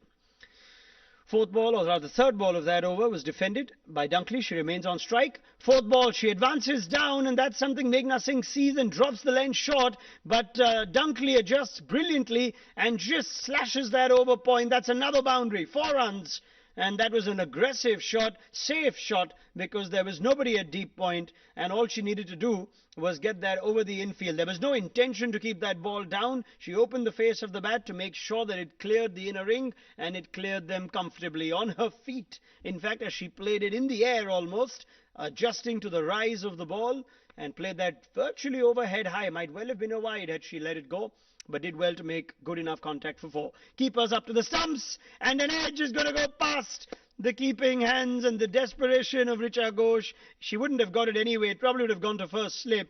But that's another boundary as the outside edge is taken. And just like that, 3 boundaries in this over have now brought this game firmly in England's control. It was always under control, but the chances of a collapse now also will not effectuate the result. So you have 3 boundaries in this over. Meghna Singh, who bowled so well, just 7 runs in her first 5 overs, has now conceded 13 in her 6th, and that reduces England's target to just another 13 as well. India's faces, heads just falling now, shoulders dropping. They know they've got to put this one behind them and try and recover with their remaining games. This one almost seems done and dusted. End of over number 28, a dot ball to finish, but an over that would just settle any tension that was remaining in the England dressing room. They need just 13 now. They are 122 for 4. If they get these 13 in the next 2 overs, then that's all yours, Sushil Doshi, to see proceedings through. Australia भी इस group में सबसे आगे 4 मैचों में 4 जीत चुका है। दक्षिण अफ्रीका भी जबरदस्त प्रदर्शन कर रहा, सबको चौंका रहा, 3 मैचों में 3 जीत चुका है। भारत ने 4था मैच खेल रहा है, 2 मैच जीते हैं, लेकिन आज अगर हार जाते हैं तो भारत का ये दूसरा मैच हारा हुआ हो जाएगा और 4 पॉइंट्स हैं भारत के। तो भारत अभी तीसरे स्थान पर बना हुआ है, लेकिन अगर पराजित हो जाता है तो उसको फिर न्यूजीलैंड के साथ संघर्ष करना पड़ेगा। और न्यूजीलैंड अभी चौथे स्थान पर, जिसने भी 4 मैचों में 2 मैच जीते हैं। लेकिन बाकी की टीमें भी उभरने की कोशिश कर रही हैं। मुकाबलों में कश्मकश अब बढ़ गई है और जद्दोजहद आगे बढ़ने की फिर से शुरू हो गई है। तो ये अब बहुत ही दिलचस्प विश्व कप हो रहा है और इसमें कोई संभावना नहीं कि, देखिए, आपका बड़ा नाम है, इसका मतलब ये नहीं कि आपके नाम से 2 पॉइंट अपने आप टंग जाएंगे। आपको अच्छा प्रदर्शन करना पड़ेगा। अगर आपके नाम बड़े हैं तो आपको प्रदर्शन भी वैसा ही करना पड़ेगा। नए ओवर की पहली गेंद मिडिल लेग स्टंप पर थी और टर्न किया ऑन साइड में बैकवर्ड स्क्वायर लेग पर, 1 रन आसानी के साथ दौड़ लिया और लक्ष्य के और नजदीक पहुंच गए। अब 12 रन चाहिए जीतने के लिए इंग्लैंड को। 131 गेंदें बाकी है और हम जानते हैं कि भारत को अभी भी बहुत ही ताकतवर टीमों के सामने खेलना बाकी। भारत को ऑस्ट्रेलिया के सामने खेलना बाकी, भारत को अभी दक्षिण अफ्रीका के सामने भी खेलना बाकी है और दोनों टीमों ने अब तक कोई मैच हारा नहीं है। लेकिन अगली गेंद को इसी बीच ऑन साइड में खेला शॉट मिड विकेट की तरफ। तो मैं कह रहा था कि भारतीय टीम ऐसा प्रदर्शन करने के लिए विख्यात है जिसे आप सोचते नहीं है और हो सकता है ऑस्ट्रेलिया के खिलाफ बेहतर प्रदर्शन करें। तो अभी भी संघर्ष बाकी है भारतीय टीम के लिए। आगे निकल कर आए, हाफ वॉली पर लिया, ड्राइव किया ऑफ साइड में, एक्स्ट्रा कवर और मिड ऑफ के बीच में से 4 रन के लिए। बहुत ही बढ़िया स्ट्रोक, टाइमिंग क्या शानदार, कदमों का बढ़िया इस्तेमाल, गेंद से हाफ वॉली पर मुलाकात और फिर टाइमिंग बहुत ही शानदार। और जब ऑफ ड्राइव किया था, सिर बिल्कुल स्थिर, निगाह उस तरफ जिधर की स्ट्रोक लगाना चाहते हैं और टाइमिंग की वो मधुर आवाज जब उनके बल्ले से गेंद के टकराने की आई, तब आप कह सकते हैं कि 4 रन की इस पर छाप लगी थी। बहुत ही खूबसूरत स्ट्रोक, 4 रन, 127 रन 4 विकेट के नुकसान पर। अब केवल 8 रनों की जरूरत है। अब केवल औपचारिकताएं बाकी रह गई। ऑफर मिडिल स्टंप पर अगली गेंद और रक्षात्मक तरीके से खेला वापस बॉलर की तरफ बिना किसी रन के। 127 रन 4 विकेट के नुकसान पर। भारत ने संघर्ष बहुत किया, लेकिन यह तो कहना पड़ेगा कि जो स्कोर भारत ने खड़ा किया था, बल्लेबाजी की असफलता ने उनके इरादों पर काफी हद तक पानी फेर दिया है। अगली गेंद ओवर द विकेट, उन्होंने मिडिल लेग स्टंप पर, लाइन बार बार बदल रहे हैं, कभी ऑफ और मिडिल स्टंप पर, कभी मिडिल लेग स्टंप पर। कोशिश तो यही है कि यहां कुछ भी अपने नाम और 1-2 विकेट चटका लें और भारतीय टीम के लिए बेहतर काम करें। 29वें ओवर की ये आखिरी गेंद आने वाली। ठंड यहां पर बढ़ चुकी है न्यूजीलैंड में, वैसे भी ठंडक काफी रहती। ये गेंद थोड़ी सी स्पिन हुई, लेकिन लेग स्टंप के बाहर की तरफ स्पिन हुई तो फायदा क्या। आराम के साथ लेग साइड में स्क्वायर लेग पर खेलकर 1 रन ले लिया और उसी के साथ ये ओवर की समाप्ति हो गई। तो इंग्लैंड एक आसान जीत की तरफ बढ़ रहा है और हम तो पहले भी कह रहे थे कि जब 135 रन का लक्ष्य आपके सामने है और आपकी इतनी बड़ी बल्लेबाजी आपके सामने है और आपकी बॉलिंग ने इतना अच्छा प्रदर्शन किया, अपने फील्डिंग में इतना निराला काम किया, तो फिर आपका आत्मविश्वास ज्यादा अच्छा होता है, आप ज्यादा प्रेरित होकर मैदान संभालते हैं और तब आपका काम आसान हो जाता है। 36 ओवर और 2 गेंदों में अब तक की हम कहानी कहें तो 134 रन भारत ने बनाए थे, जिसका जवाब इंग्लैंड दे रहा है 29 ओवर्स की समाप्ति के बाद 128 रन 4 विकेट के नुकसान पर। ये शॉर्ट पिच थी और इस बार ऑफ स्टंप के बाहर से बल्ले खोलने की कोशिश की, लेकिन विकेट कीपर ने कैच कर लिया और उसी के साथ ये विकेट गिर गया। वक्त के प्रवाह के विपरीत ये विकेट मिला है और आखिरी वक्त पर बैट का कोना लगाने की कोशिश की थी, 4 रन झटकने की कोशिश की थी, लेकिन जिंदगी में जैसा होता है, हमेशा आप जैसा चाहते हैं वैसा होता कहां है। इस बार भी नहीं हुआ। बैट का बाहरी किनारा लगा और सीधा विकेट कीपर के ग्लव में और बहुत अच्छा कैच लिया, कहना पड़ेगा। काफी लो कैच था और भारतीय फील्डिंग ने तो आज अच्छा काम किया, इसको भी कहना पड़ेगा हमें। और बॉलिंग ठीक ही थी, लेकिन स्कोर इतना नाकाफी था। डंकली आउट होकर वापस जा रही हैं पवेलियन में 17 रन पर, रिचा ने उन्हें कैच किया और इस तरह 128 पे 5 इंग्लैंड का स्कोर। अभी भी 7 रन बाकी है, बिल्कुल जीत के किनारे पहुंच चुके हैं, लेकिन वहां पर 1 विकेट खोया है। भारत कोशिश करेगा कि जितना भी असर अपनी बॉलिंग में डाल सके। देखिए, आप जो रन रेट आखिरी में आएगा ना, नेट रन रेट, ये भी एक महत्वपूर्ण बात होगी, क्योंकि टूर्नामेंट जिस तरह से चल रहा है मुकाबले काफी कश्मकश भरे हो रहे हैं, काफी जद्दोजहद इसमें होने वाली है। इंग्लैंड की टीम अपने 3 मुकाबले शुरू में ही हार चुकी है, यहां जीतने की कोशिश कर रही है, फिर से टूर्नामेंट में उभरने की कोशिश कर रही है और एक चैंपियन की तरह उभरना चाहती है। और आज उनकी शारीरिक भाषा से यही लगता है कि वो आसानी से हार मारने वाले नहीं हैं इस टूर्नामेंट में। कैथरीन ब्रंट अब आई हैं बल्लेबाजी करने के लिए। 78 पारियां, 1050 रन, अभी भी काफी बल्लेबाजी शेष है। दाहिने हाथ से ओवर द विकेट, अगले गेंद ऑफ और मिडिल स्टंप पर, और धीरे से पुश किया अपने ठीक सामने की तरफ, गेंद के ठीक पीछे आते हुए, बिल्कुल सही तकनीकी रूप से। और जो विकेट गिरा था उनको लगा कि आखिरी में बल्ले का मुंह खोल के स्लिप में कोई फील्डर तो है नहीं, तो बैट का किनारा लगा दें और बॉलर की रफ्तार का ही फायदा उठाकर थर्ड मैन से 4 रन छीन लें। लेकिन वैसा हुआ नहीं, विकेट कीपर ने पूर्वानुमान के साथ दाहिनी तरफ डाइव करते बहुत बढ़िया कैच लिया, और इस बार ऊंचा उठाने की कोशिश की थी, कैच उठ गई सीधा आसमान में और आउट। बहुत बढ़िया कैच, ये तो विकेट कीपर द्वारा। तो बिल्कुल पराजय की कगार पर से भारतीय टीम फिर से अच्छा प्रदर्शन करना चाहती है। 128 रन पर छठा विकेट गिर गया है इंग्लैंड का, और क्या एक नाटकीय परिवर्तन इस मैच में फिर से होने वाला है। Come on, give us another one, India. Make it interesting. Surely it's not going to happen. Let's keep saying it's not going to happen. Who knows? Has there ever been a team that's lost 6 wickets with 8 runs to get? Come on, Jatin Sood, get busy. Tell us if that's happened. It's not going to happen today. But just imagine these wickets that are falling with the least amount of pressure on England, with open spaces, with Heather Knight batting like she's batting on a different planet. Just imagine, Sushil Doshi, if India would have gotten to 180, 190, what sort of fight they could have put up, because they've really dented this chase. England's chances of having to chase this down in quick time and boost that net run rate, that's out of the window. I think they'll be very happy to just get over the line today and work on that net run rate perhaps in future games. It's 6 down for 128, still 7 to get. ये तो मानना पड़ेगा कि भारतीय bowling ने आज बहुत अच्छा प्रदर्शन किया, उनके फील्डर्स ने अच्छा काम किया, कैचिंग आज काफी अच्छी थी, विकेट कीपिंग भी शानदार रही, और कुल मिलाकर ये कहना होगा कि आप सोच रहे थे कि ये मैच तो गया, उस तरह से कंधे झुक सकते थे, चेहरों पर उत्साह नहीं दिखता था, लेकिन उसके बावजूद भारतीय टीम ने विश्वास रखा कि अभी भी कुछ हो सकता है। नई बैट्समैन सोफी एगल्स्टन आई हैं मैदान पर, 29 पारियां, 191 रन कुल बना चुकी हैं, और बिल्कुल जीत की राह पर है इंग्लैंड। ऑफ और मिडिल स्टंप पर रक्षात्मक तरीके से खेला, सीधा सामने की तरफ बिना किसी रन के, और जो विकेट गिरा था तो एक बार फिर से देखते हैं, ऑन साइड में खेलने की कोशिश की, टॉप एज लगा, और विकेट कीपर ने जिस तरह का कैच लिया, ऐसा कैच तो वो बचपन में जब 4 साल की थी तब भी ले लेती थी, अभी तो छोड़ने का कोई सवाल ही नहीं। ये बिल्कुल ऊंचा आया था और आसानी के साथ उसे ग्रहण कर लिया। 128 पे 6, और इस बार शॉर्ट पिच गेंद, बहुत ही शॉर्ट पिच, और आसानी के साथ फाइन लेग पर खेला 1 रन के लिए, कमजोर गेंद एकदम।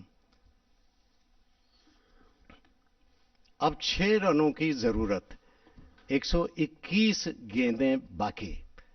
इंग्लैंड जीत की राह पर, भारत पराजय की कगार पर पहुंच चुका है, और कोशिश कर रहा है भारत की किसी तरह से इस मैच पर अपना कुछ असर, अपना कुछ रंग जमाए।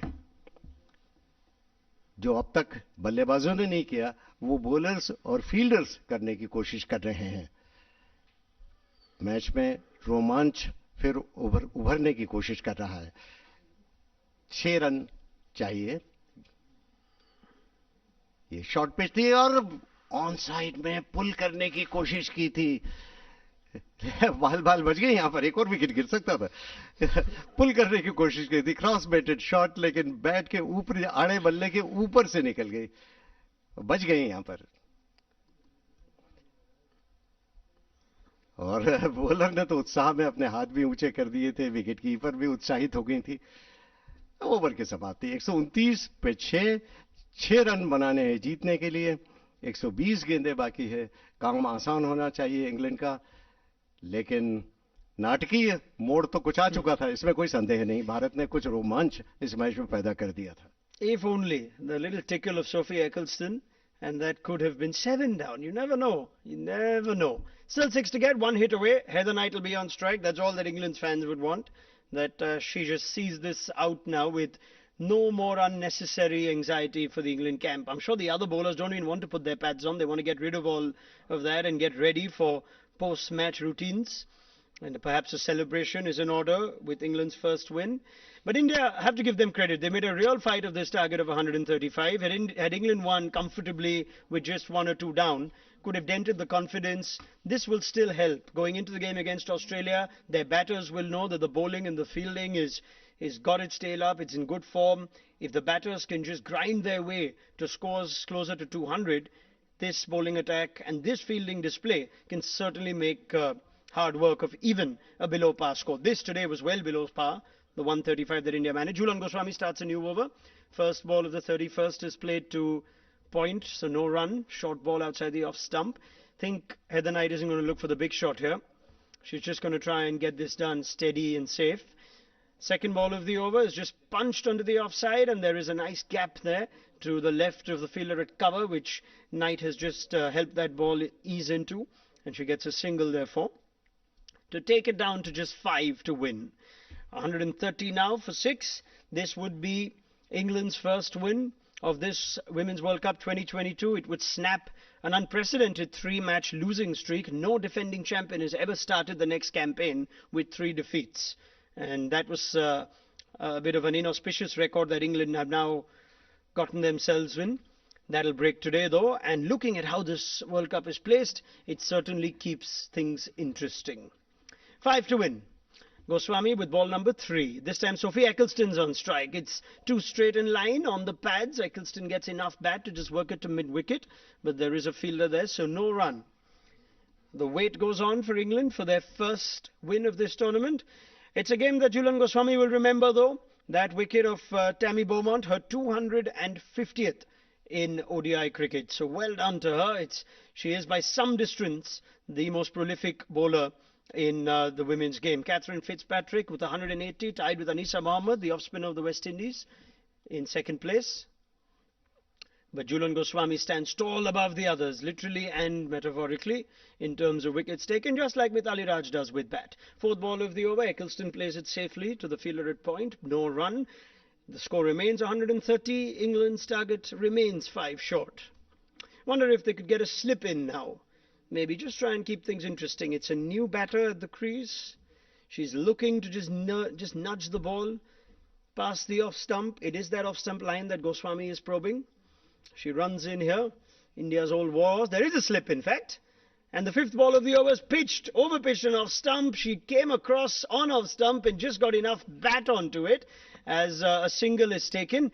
Now then, there's a moment of distress, and not just discomfort but distress, because Harmanpreet Kaur, in the bid to try and save the ball from going beyond mid-on, has dived awkwardly on her right knee. I think her knees actually got stuck in the turf, which is always unpleasant. And let's hope, as the Indian physio rushes out, that Harmanpreet Kaur is not seriously injured. She's breathing in and out heavily. She's got her right knee flexed and her left leg extended, essentially a sign that there might be some sort of impact injury on that knee. It's not looking very good for her. I'd be surprised if she carries on, regardless of what the impact of the injury is. Physios out there, Harmanpreet Kaur looks in considerable pain. If we have to simply read the body language, it's discomfort. She's put a smile on. That's good. That makes us feel better, that she perhaps isn't at least giving away that there's a lot of pain. In fact, it looks like it's the left knee that's been caught in the turf.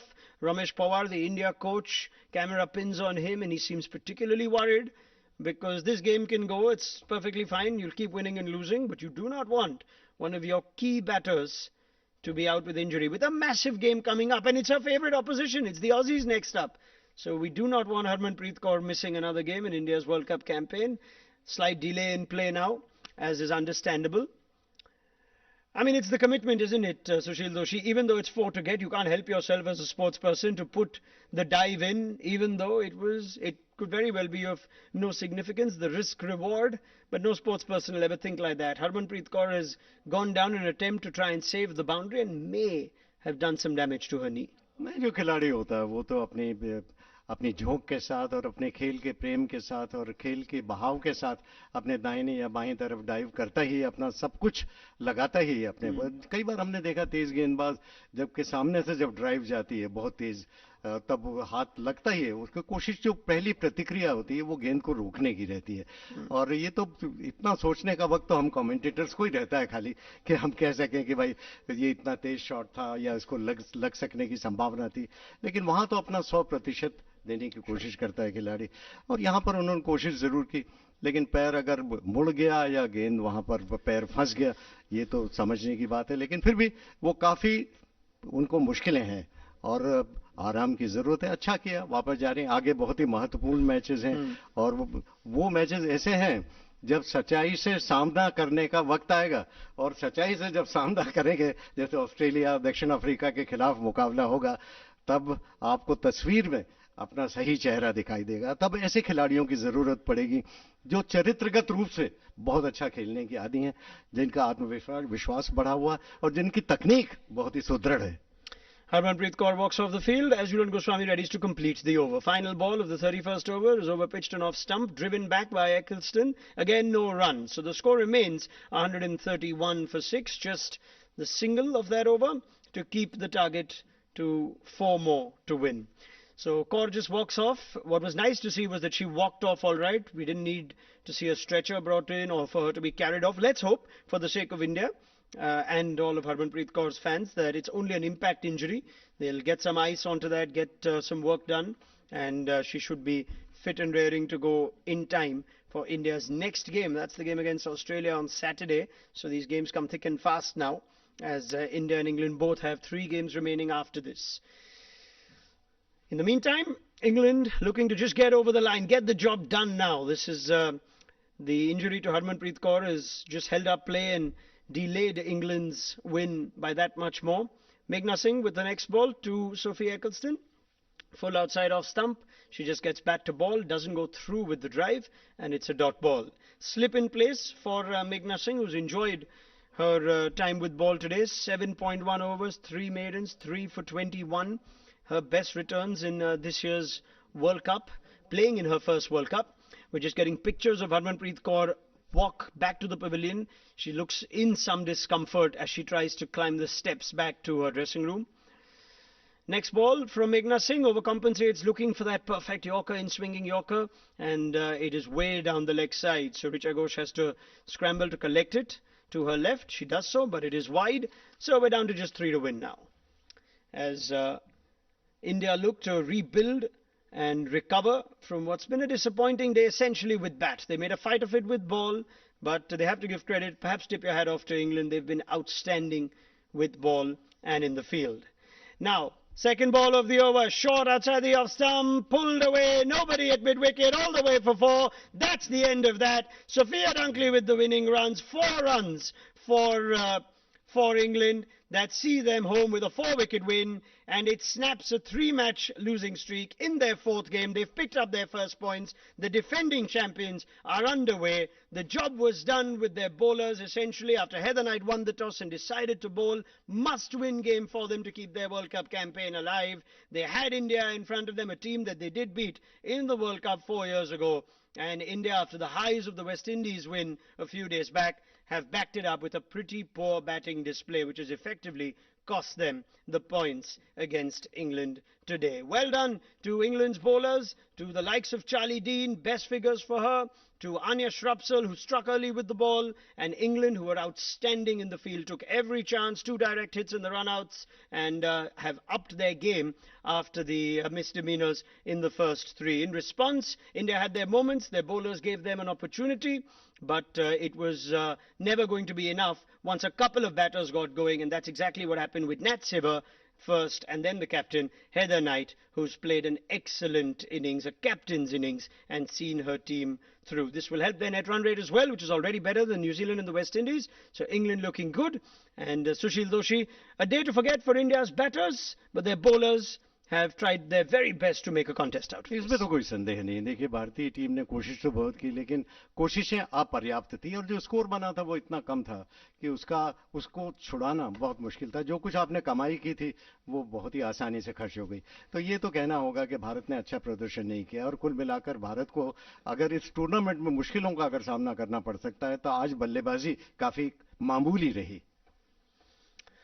England will be thrilled here. Had they faced defeat in this game, they would have left their fortunes in the World Cup in the hands of some unlikely results. In spite of them being one win out of four, if we look at how this World Cup is shaping up, it could get very close. It could come down to net run rate, which of course we'll confirm for you in just a bit from now. But the key number is all that matters as the end of that points table, which will be that England have got their first points in this game. India would be hoping, along with the defeat, that it isn't further troubled with the injury to Harmanpreet Kaur. But if you're joining us a bit late on All India Radio in what was an important game for India and England, just to remind you that this game played at the Bay Oval in Taranga in Mount Maunganui. So Heather Knight win the toss. England bowled first. They bowled particularly well and they dismissed India for 134. Smriti Mandhana top scored with 35. Richa Ghosh with her best returns of this World Cup, 33.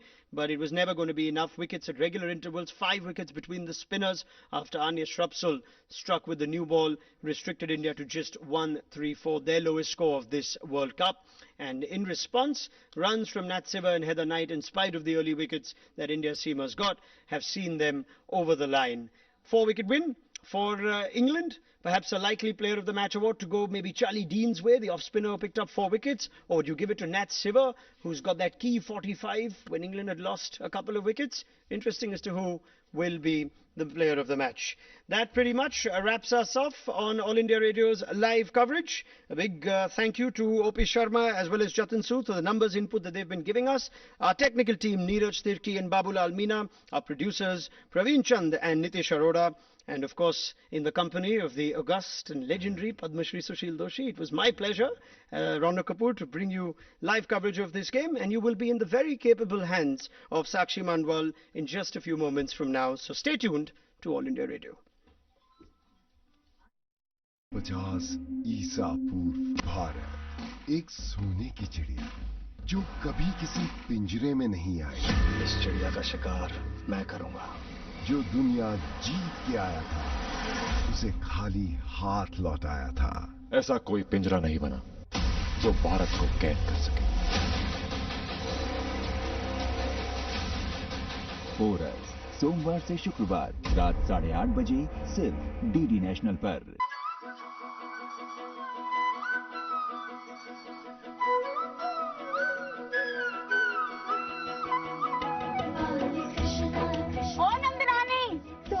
माखन चोर ने और उसकी टोली ने सारा आतंक मनाकर रखा है। भैया, तुम्हें मुझसे कपड़ों पर विश्वास है? माखन की मटकी में ज्ञान का सागर।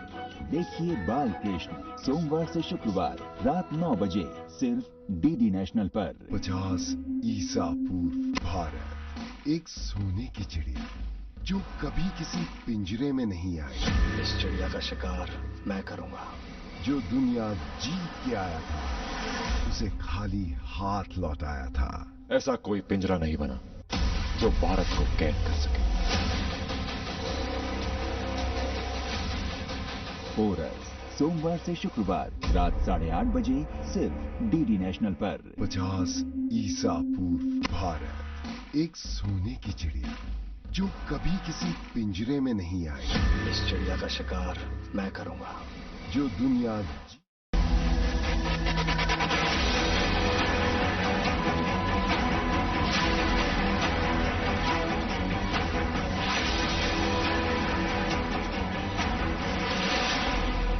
दोस्तों, मैं हूं साक्षी मांडवाल and what a thumping victory this has been for England. 136 for the loss of 6 wickets, winning it by a margin of 4 wickets and of course in a very good way.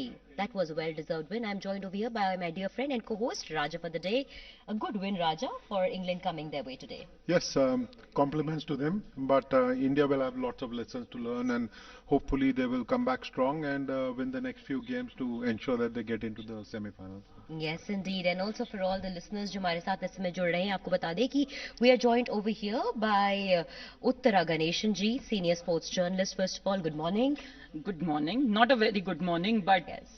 hoping for better days to come. Yes, we'll take that discussion with you, Uttara ji, but let me also introduce हमारे आज के इस show के दूसरे expert या guest को, जो कि है फॉर्मर प्लेयर फॉर इंडिया रह चुकी है नेहा तनवर जी.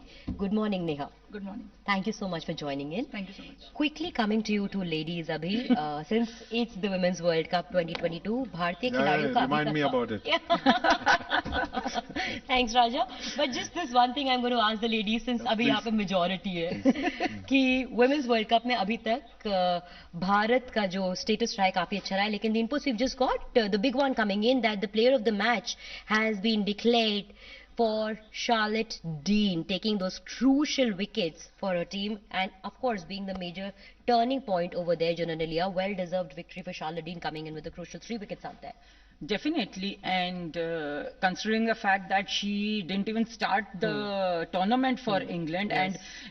and she's played less than 10 matches. This was, I think, her 8th or 9th match, and she has been considered a good player for future, but she's still a youngster, and she hasn't really done anything great so far.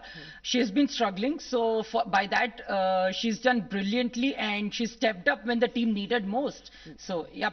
Yes, just one little correction, Raja, that I would like to make for all our listeners कि Charlotte Dean, जिनको player of the match से आज सम्मानित किया गया है, उन्होंने 4 wickets आज लिए थे, crucial wickets for her country. Of course, England, which aided the English women to go forward and win the game. Yes, Neha, मैं आपसे पूछना चाहूंगा कि हम बता रहे थे कि maybe England is the superior side today on the basis of the performance, लेकिन वाकई में क्या इंडियन टीम इतनी खराब है कि लगे कि 133 ऑल आउट हो जाए? जी नहीं, बिल्कुल राजा जी, अगर आप बात की जाए इंडिया टीम की, देखिए आप लास्ट मैच अगर आप देखेंगे कि कितने अच्छे से उन्होंने जिताया था, बहुत अच्छी लय पकड़ चुकी थी भारतीय टीम. अब हरमनप्रीत कौर भी बात की जा रही थी कि फॉर्म में आ चुकी है. लास्ट अगर उनके आप 100 को देखें, सेंचुरी को देखें, तो ये सब साफ दिखाई देता है कि स्मृति मंधाना, हरमनप्रीत कौर और बल्लेबाजी की बात की जाए तो इन दोनों का अच्छा एक योगदान रहा है टीम में, जिसकी वजह से टीम ने एक इतना अच्छा स्कोर बोर्ड पे खड़ा किया कि सामने वाली टीम को प्रॉब्लम हो. साथ ही गेंदबाजी भी अगर भारतीय टीम की बात की जाए तो वो भी काफी अच्छी की जा रही है, लेकिन भारतीय टीम से जितनी उम्मीदें आज के मैच में की जा रही थी इंग्लैंड के साथ, वो उस पर खरी नहीं उतरी. बल्लेबाजों ने कुछ खास प्रदर्शन नहीं किया, काफी उनके लैप्सेस रहे, एक शॉट सिलेक्शन काफी गलत था, एक अपने आप को एप्लीकेशन करने की बहुत जरूरत है. प्लेयर्स ने अपने आप को उतना अप्लाई नहीं किया जिस चीज के वो लायक हैं, तो एक अच्छा स्कोरबोर्ड पे एक अच्छा टोटल नहीं कर पाई. और आप हाल देखेंगे तो हालात आज 135 पे पूरी टीम सिमट गई. खरे उतरने की बात कर रही है Neha. There is one constituency जो हमेशा खरे उतरती है, जो हमारे लिसनर्स होते हैं, and they know the toll free number is 1-800-113061. That is 1-800-113061. जुड़ते हैं, and I think they will all have lots of inputs to give. ये हमेशा कंसिस्टेंट होते हैं.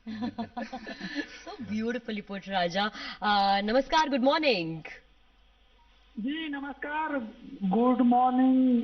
क्या नाम है आपका? मैं विपिन कटारे बात कर रहा हूँ, विपिन कटारे, सागर मध्य प्रदेश से बात कर रहा हूँ. और मैं ये जानना चाह रहा था कि आज की जो बैटिंग रही वो उसने काफी उदास किया, क्योंकि पिछली बार तो 2-2 सेंचुरियां देखने को मिली थी, तो शायद लग रहा था कि वैसा कुछ होगा, लेकिन ऐसा हुआ नहीं. तो चलिए, इंग्लैंड को भी पहले जीत मिली क्योंकि वो भी लगातार 3 हार के आ रही थी, लेकिन शायद वो क्वालिफाई नहीं कर पाई क्योंकि उसने खेल ही बिगाड़ दिया इंडिया का. लेकिन मैं ये जानना चाह रहा था कि जो अगला मैच है वो ऑस्ट्रेलिया से है, जो कि लगातार जीत कर आ रही है, तो अब क्या चुनौती है? ये तो हम बात करेंगे नेहा और उत्तरा से. चलते हैं सीधे न्यूजीलैंड, जहाँ पे Mitali Raj is being interviewed.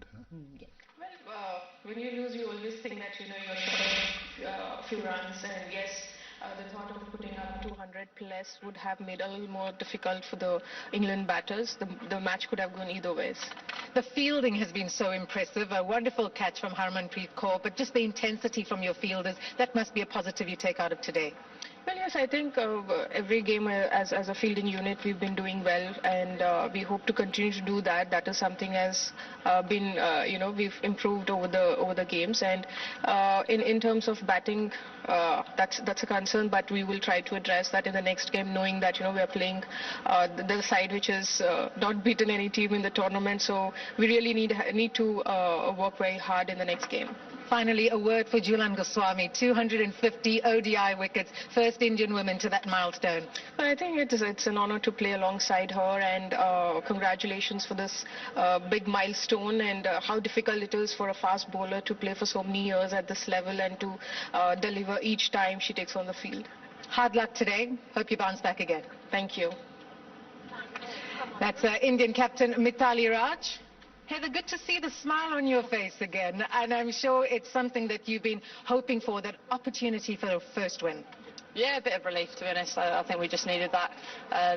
It was probably a little bit scrappy in the end, a few more wickets than we would have liked, but yeah, just to get over the line is really nice for us, and hopefully start of a momentum shift and start of turning it around a little bit. We've got a long way to go, obviously, with that next game in Auckland, and that's all we're focused on now.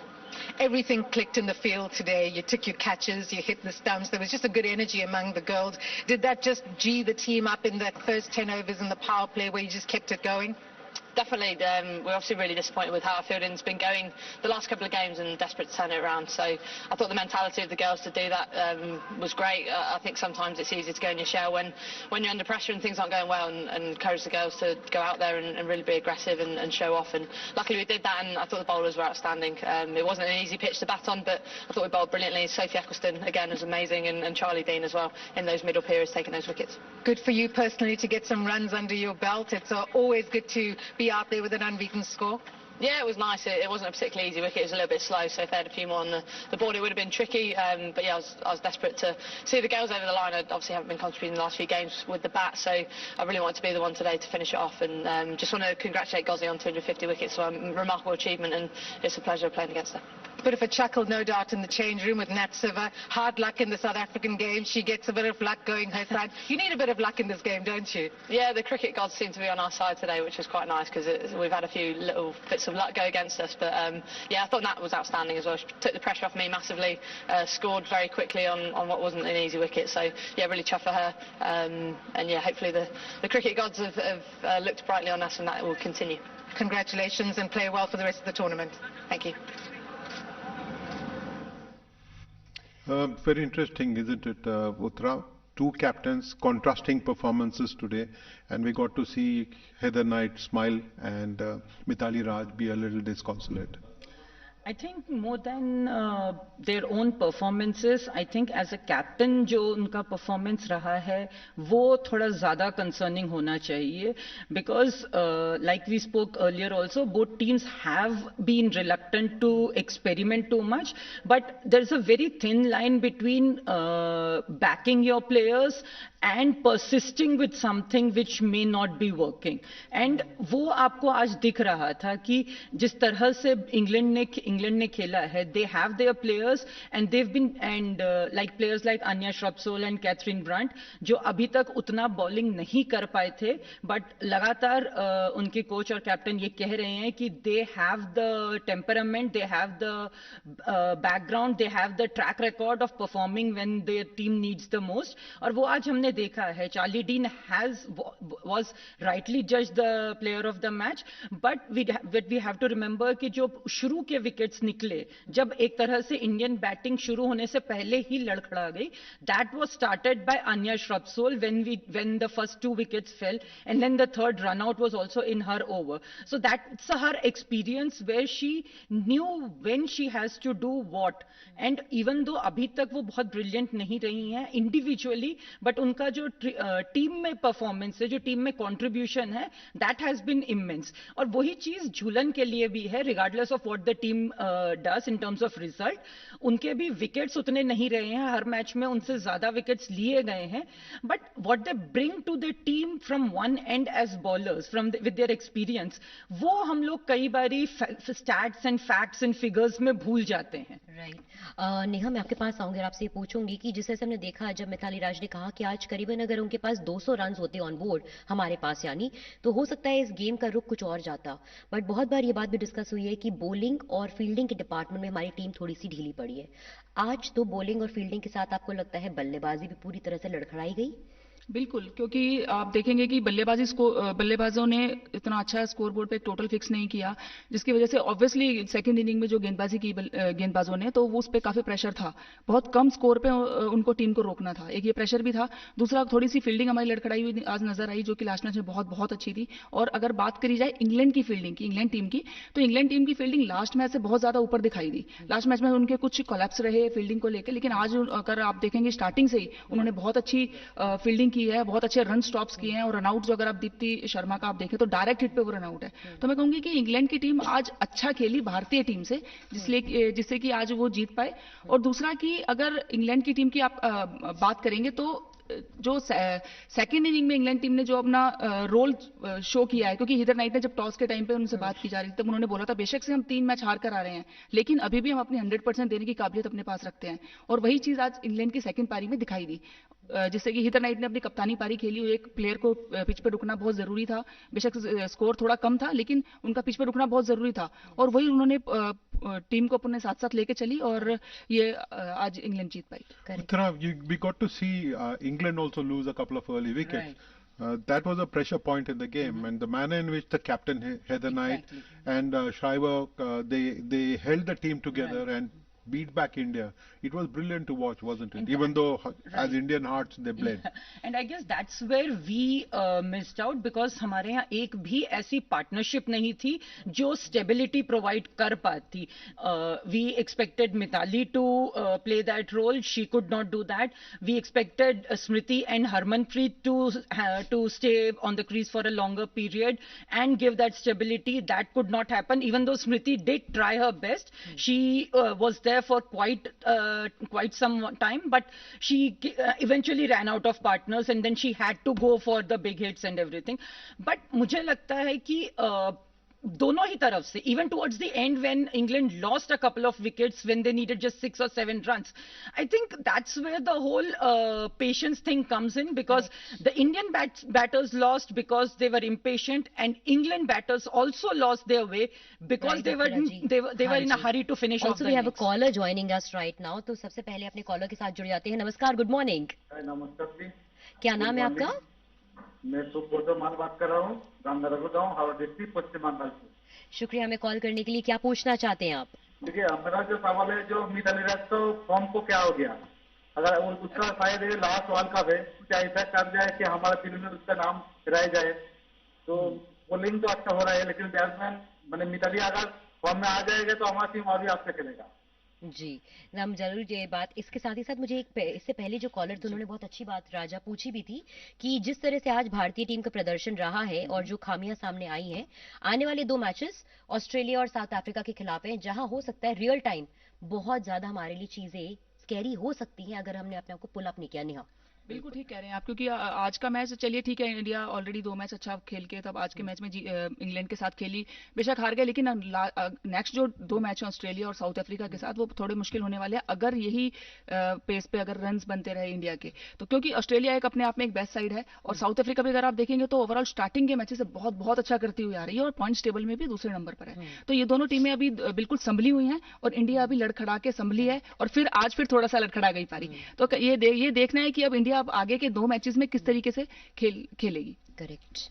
There's also a game against Bangladesh, I might remind you. And that's not going to be easy either. So on the 19th, India plays Australia. On the 22nd, it plays Bangladesh. Correct. And on the 27th, it gets to play South Africa. 3 big games for India. Uttara, how do you see that panning out? I also want to know from you as a sports journalist, how can a team recover from such a bad loss today?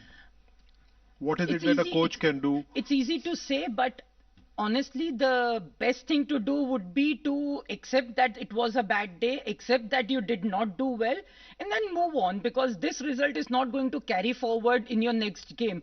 You have to go out there, you have to take your guard and play 50 overs, 100 overs, 50 overs batting all over again against a completely different opposition. So if you carry the results mentally into the next game, you're not going to do well. That's a fact. And that happens across all sports. So all they have to do is accept that it was a bad day, especially for the batting unit, and more importantly, accept the fact that they can do much better than this, move on, and also realize that these are 50-over matches. Even though everyone's got used to 20-over matches, these are 50-over matches. Bring your experience into play. Look at consistency, because Australia as a team is known not because it's got brilliant players, it's because they've got that tremendous and absolutely amazing consistency. They just don't let the previous results affect their next games. If India manages to do that, get the mind sorted, then I don't think they should have a problem, even though So let's Australia ask is a player. favorites. Let's ask a player. Neha, आप तो India के लिए खेल चुकी है.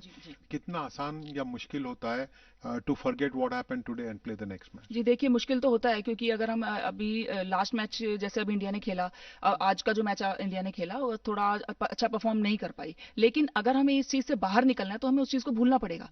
आप देखिए, अगर नेक्स्ट मैच ऑस्ट्रेलिया से अगर हम वही चीज लेके सोचते रहेंगे या उसी परफॉर्मेंस में ही हम रहेंगे तो हम आगे अच्छा परफॉर्म नहीं कर पाएंगे. I have to also pause your view because हमारे साथ एक कॉलर जुड़ चुके हैं इस समय, उनसे भी पूछ लेते हैं कि वो क्या कहना या पूछना चाहते हैं. Good morning. Good morning everybody. क्या नाम है आपका, कहाँ से कॉल कर रहे हैं? मैं मुंबई से बात कर रहा हूँ, ग्रीनिच. जी पूछे अपना सवाल. मेरा ये सवाल है कि आज एक मौका था इंडिया को, अगर क्योंकि इंग्लैंड जो टीम थी वो 3 डिफीट से आ रही थी, 3 डिफीट लेके आ रही थी, अगर आज जीतता तो कॉन्फिडेंस भी बेहतर हो जाता. और मुझे लगता है कि ये हार से कहीं ना कहीं मतलब इंडिया की जो रन रेट है वो लास्ट में इफेक्ट ना कर पाए. और इंडिया के लिए डिसएडवांटेज है कि जो अगले जो मैच है वो ऑस्ट्रेलिया और अफ्रीका के साथ है, वो जो मुझे लगता है कि बहुत ही मुश्किल मैच होएगा. तो कहीं ना कहीं मुझे लगता है ये डिफीट जो इंग्लैंड से मिले, कहीं ना कहीं वो एक बैकफुट में ले जा सकती है और एक इंडिया कहीं ना कहीं वो हर्ट कर सकती है. क्योंकि एज अ रन रेट भी और एज अ विन, अगर विन हो जाता तो अच्छा था, क्योंकि ऑस्ट्रेलिया और अफ्रीका वो मतलब बेहतरीन टीम है, उनको हराना मतलब बहुत ही मुश्किल हो सकता था. जी वी गेट द पॉइंट जो आप कह रहे हैं कि हमारा रन रेट हमें एक सेफ्टी कुशन दे सकता है. नेहा आप चाहे तो पहले की बात तो कंप्लीट कर ही सकती है, उसके साथ यही चीज ऐड करने के लिए कि जिस तरह से भारत का रन रेट अभी है, क्या आपको लगता है आने वाले 3 मुकाबले जो बचे हैं अभी के लिए हमारा रन रेट हमें एक सेफ्टी नेट दे रहा है? बिल्कुल, क्योंकि लास्ट के मैचेस में जो इंडिया ने खेला उससे आज वेस्ट इंडीज से जो मैच खेला था वो ऑब्वियसली हाईएस्ट रन इंडिया ने बनाए थे, उससे कहीं ना कहीं इंडिया की जो एवरेज है वो काफी ऊपर चली गई थी. लेकिन आज का मैच अगर देखें कहीं ना कहीं उस पर इफेक्ट तो जरूर पड़ेगा, क्योंकि आगे आने वाले मैच बिल्कुल भी आसान नहीं है. ऑस्ट्रेलिया और साउथ अफ्रीका से खेलेंगे तो रन रेट इंडिया को नेक्स्ट के मैच जीतने पड़ेंगे, साथ ही रन रेट और एवरेज भी उनको अपनी मेंटेन करके चलनी पड़ेगी, ताकि आगे आने वाले मैचेस में अगर थोड़ा कंपटीशन होता है 2-3 टीम्स में तो वो रिकवर कर पाए. Uttara, I would like to believe that no team comes to lose to India. वो भी तो जीतना चाहते हैं. और you got to see England. 3 match हारने के बाद they pulled themselves together and played some outstanding cricket, whether it in the form of bowling or whether it's some very sharp catches and a run out. I thought England was brilliant on the field today. उसके बावजूद India is on number 3 on the table and it's got a very positive net run rate. Exactly, and that does give it a cushion. I completely agree. But जब ऐसे matches होते हैं and if you want to win the World Cup, you want to be the world champions, तो net run rate और average और बाकी matches के क्या result हैं, जब आप उन पे depend करने लगते हो तो कहीं ना कहीं आप अपनी डिफेंसिवनेस दिखाते हो, आप अपनी नर्वसनेस लोगों को दिखाते हो, क्योंकि आप अपने ऊपर इतने कॉन्फिडेंट नहीं हो कि हम अपने दम पे जीतें. ये सुनने में खराब लग सकता है, लेकिन ये फैक्ट है कि अगर आप अपना प्रोग्रेस इन द टूर्नामेंट दूसरी टीमों के भरोसे छोड़ रहे हो तो इसका मतलब आप अपने दम पे जीतने के लिए उतना कॉन्फिडेंट नहीं हो, जो बहुत खराब है, क्योंकि Indian team is capable enough to do it on their own and it's not like they need to depend on others for success. तो उसके लिए at the end of the day they have to start believing in themselves. इतना ज्यादा ऊपर नीचे जब होता है परफॉर्मेंस, एक मैच में यू आर एब्सोल्युटली ब्रिलियंट, दूसरे में you completely collapse, this kind of inconsistency is something that the team really needs to look into, because this cannot take you all the way. It may take you to the next round, it may take you to semi-finals, but you really need to start looking at consistency of your players. I'm not saying कि हर मैच में आपको जाके 100 run बनाने हैं या हर मैच में स्मृति मंदाना को 150 रन बनाना है, but as a unit you need to back yourself, the 11 players on the field, and every player needs to contribute at some point or the other. हर मैच में स्मृति मंदाना नहीं मारेगी जाके, वो एक बंदी नहीं खेल रही है. So somewhere the other players need to rally around these players and bring that consistency as a unit. In fact मैं यही पूछना चाहूंगी, यही बात को आगे बढ़ाते हुए नेहा जी को लाऊंगी कॉन्वर्सेशन में, टू आस्क कि जिस तरह से हमने अभी तक भारत के खिलाड़ियों में थोड़ी कमियां देखी हैं, आने वाले 3 मुकाबलों में वो कौन से की एरियाज हैं जिस पे हमारी टीम को काम करने की जरूरत है?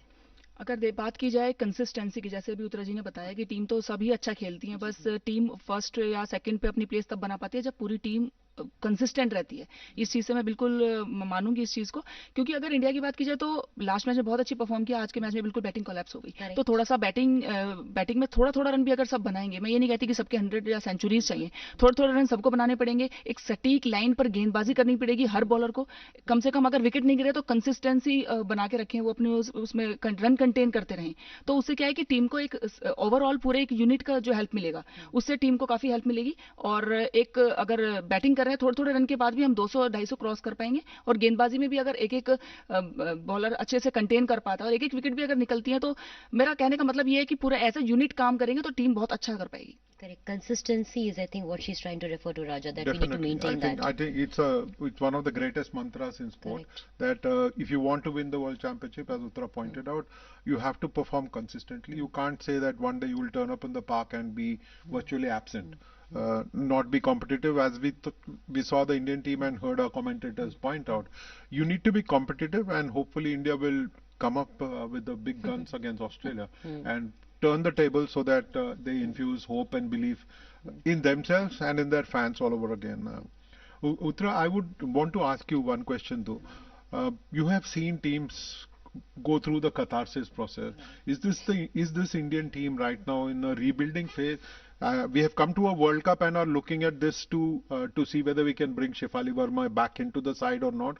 Do you see that happening, or do you see the same squad being played in the next matches? Given the way this team has played, the combinations, I don't think that they're going to take too many chances in the next match. But I would really love to see Shefali Verma come in against Australia, especially because Australia is an aggressive side. But Shefali, again, is a batter who, on her own, can give the kind of momentum that can disrupt any opposition and put India on the front foot, and also give them that extra confidence with a good start. So I would really love to see her. And that will also give confidence to Shefali herself, because she's just 18-19 right now, and she's been dropped after the first match, which was against Pakistan.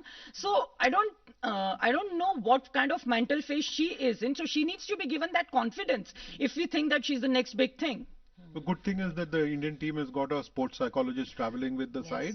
Hopefully, whatever work needed to be done with Shefali would have been done. मैं आपसे पूछना चाहूँगा, leg spinner Poonam Yadav हमने अभी तक world cup में देखा नहीं है.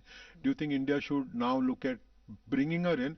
ऑस्ट्रेलिया तो nothing to lose गेम मान के चलो और फिर पूनम को एक मैच दो, ताकि पता तो चले कि लेग स्पिनर कितने इफेक्टिव हो सकते हैं ऐसे पिचेस में. क्या आप इससे इत्तेफाक रखते हैं? Do you believe that she should play the next game? Sir हाँ, आपने जैसे बताया अभी कि पूनम यादव को चांस मिलना चाहिए, राइट. लेकिन अगर हम देखें तो पूनम यादव को किसकी जगह पे चांस मिल सकता है? अगर देखें आज के मैच में दीप्ति शर्मा से आज बॉल नहीं डलवाई गई, लेकिन देखा जाए तो दीप्ति शर्मा एक अच्छी ऑलराउंडर है, वो बैटिंग में भी थोड़ा रन्स कलेक्ट करके दे सकती है इंडिया को. और जहां तक अभी आज के मैच में बैटिंग लाइनअप पूरा कोलैप्स हो गया, तो वहां पे इंडिया को बैटिंग स्टैंड करने के लिए दीप्ति शर्मा की जरूरत पड़ेगी. और जहां तक बात है कि पूनम यादव को बॉल डलवाने की, उसकी जगह पे भारतीय गेंदबाजी अच्छी हो रही है. आज भी गेंदबाजी अच्छी की है, एक्सेप्ट एक जो राजेश्वरी गायकवाड़ का एक ओवर बीच में बैट्समैन उसमें काफी खुल गए थे, 2 बाउंड्रीज मिल गई थी, उसको छोड़ के बाकी इंडिया ने काफी अच्छी आज गेंदबाजी की है. थोड़ा सा स्कोर थोड़ा कम था, नहीं तो आने वाले टाइम अभी नेक्स्ट जो लास्ट के उसमें थे, अगर स्कोर थोड़ा और 180-200 भी होता तो आज मुझे लगता है कि आज मैच थोड़ा सा इंडिया के फेवर में हो सकता था. होपफुली हो सकता था, लेकिन फिलहाल हुआ नहीं. Thanks to the fact that England put up some stupendous batting, bowling and fielding today. They outweighed the Indians in all the departments, definitely, and that's what mattered at the end of the day. And on that note, thank you so much, Neha. Thank you, Uttara ji. Thank you, Raja. It was fun being with you. Thank yes, you. Thank indeed. You, and हमारे सारे श्रोताओं को हमारे साथ आज जुड़ने के लिए बहुत बहुत शुक्रिया. हम आपको देखेंगे अगले मैच की कवरेज में with the live commentary from All India Radio. Thank you so much for tuning in. Here's to hoping for better times for India in the coming World Cup. Good day. Goodbye.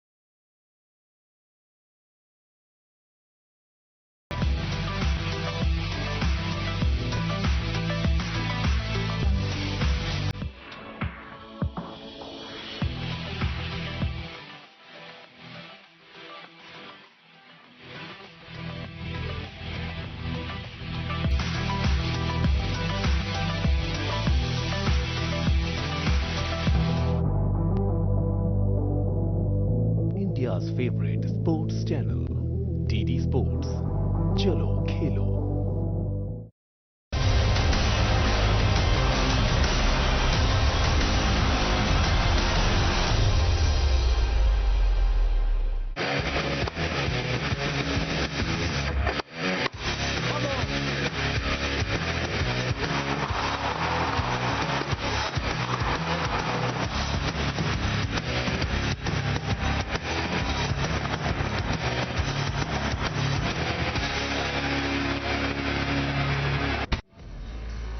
Thanks for joining us for our coverage of the Davis Cup by Rakuten World Group 1 playoffs at the Delhi Gymkhana Club, where on their grass courts action returns after 66 years. 56, beg your pardon, from 1966. And the last time Davis Cup matches were held here. So in the opening match, India's number 1, Ramkumar Ramanathan, easily getting past Christian Sigsgaard of Denmark, 3-2. Some very efficient serving, good volleying, and now Yuki Bhambre will try and emulate India's number 1 by getting the better of Mikhail Torpegaard. And here they are, looking every inch, the Danish Viking Torpegaard. And wonderful to see lots of spectators here at the Delhi Gymkhana Club. They've certainly prettied up the centre court. Lots of stands built on the rest of the courts. The luxury of 30 grass courts here at this wonderful club. And I'm truly glad that the members here, and of course the public in general, is being allowed, as matters have opened up a bit. Spectators. Birthday boy to the left, Rohan Bopanna, congratulations, turns 42 I think today, and still playing some very efficient doubles. He'll be partnering, we think, David Sharan, that's been listed, but that's of course tomorrow. So a glimpse of Zishan Ali as well, the Indian coach, and the man who will be seen on centre court in just a while, Yuki Bhambre. There he is. By now his patented support below the patella. His knees have given him trouble over the years, but he has come back fairly strongly. A terrific win, as Vijay Amritaj was mentioning, in Dubai a short while ago against Jiri Vesely, who won the ATP event in Pune just a short while from now. And Yuki, of course, getting to that second round too, did reasonably well. So India, boosted by that Ramkumar Ramanathan performance, will be looking for Yuki Bhambre to emulate that, take a 2-love lead. And wouldn't that be great for doubles players? In the comment box with me, good afternoon to Vijay Amritraj. Vijay, great to see the crowds back, and the world of sport was missing the spectators, but here they've done very well to create these stands here, and it's being enjoyed by many.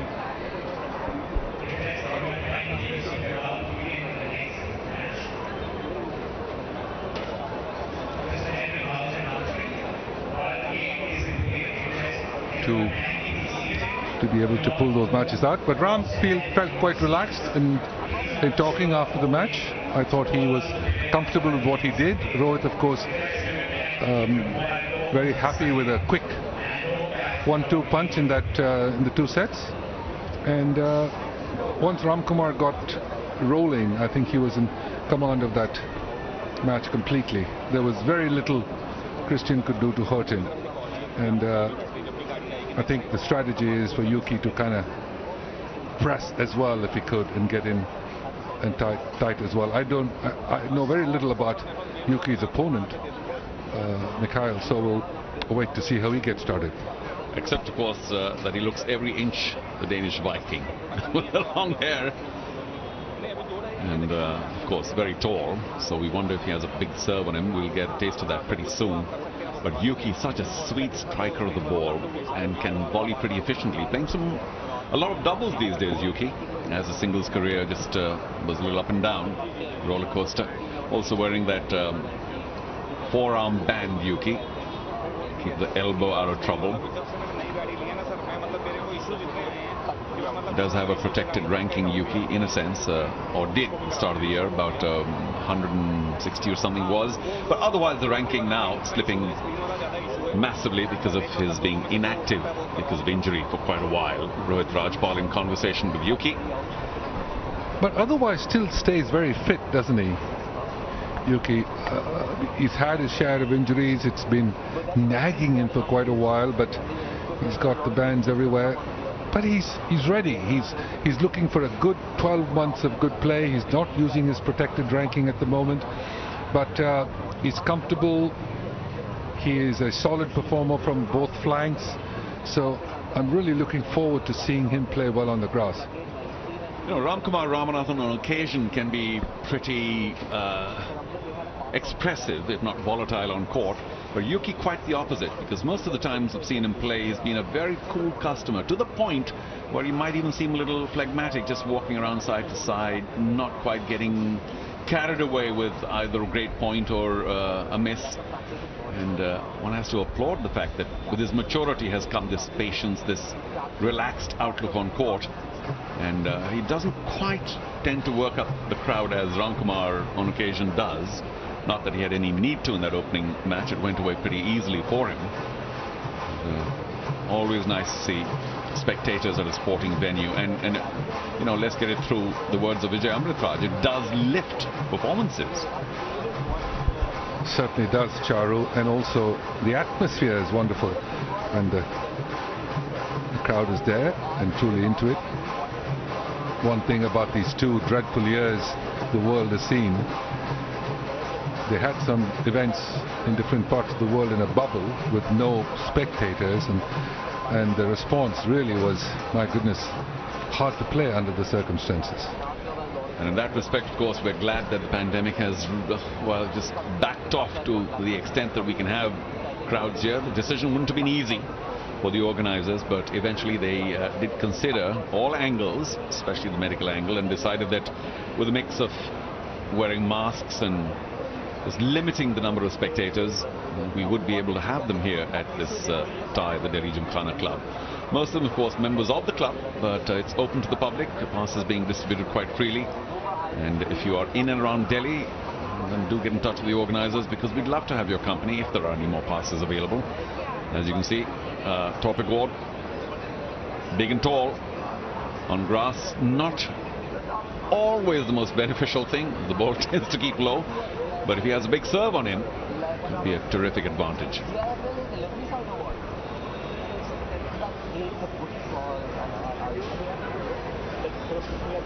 Yeah, Indians win the toss yet again, and I think Yuki has decided to serve first, but switching ends for the Dane.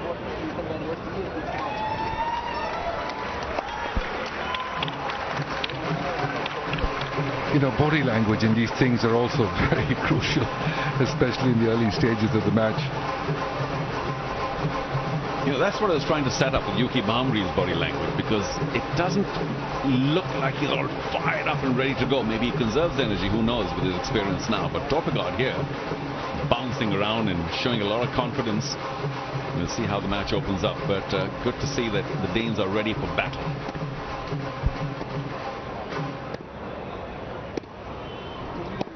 Just watching them hit here, he's using his old ranking, Yuki, not the protected ranking, so that's why you see the 590 up there on the board, age 29. I'm surprised he hasn't won a challenger tournament, to be honest, Yuki Bhambri. Turned pro in 2008, so he's been around for a while.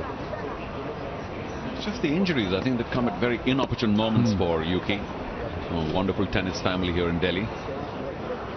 Here's his opponent. So in terms of rankings, much higher. Age quite similar. And hasn't done too much winning either in terms of titles.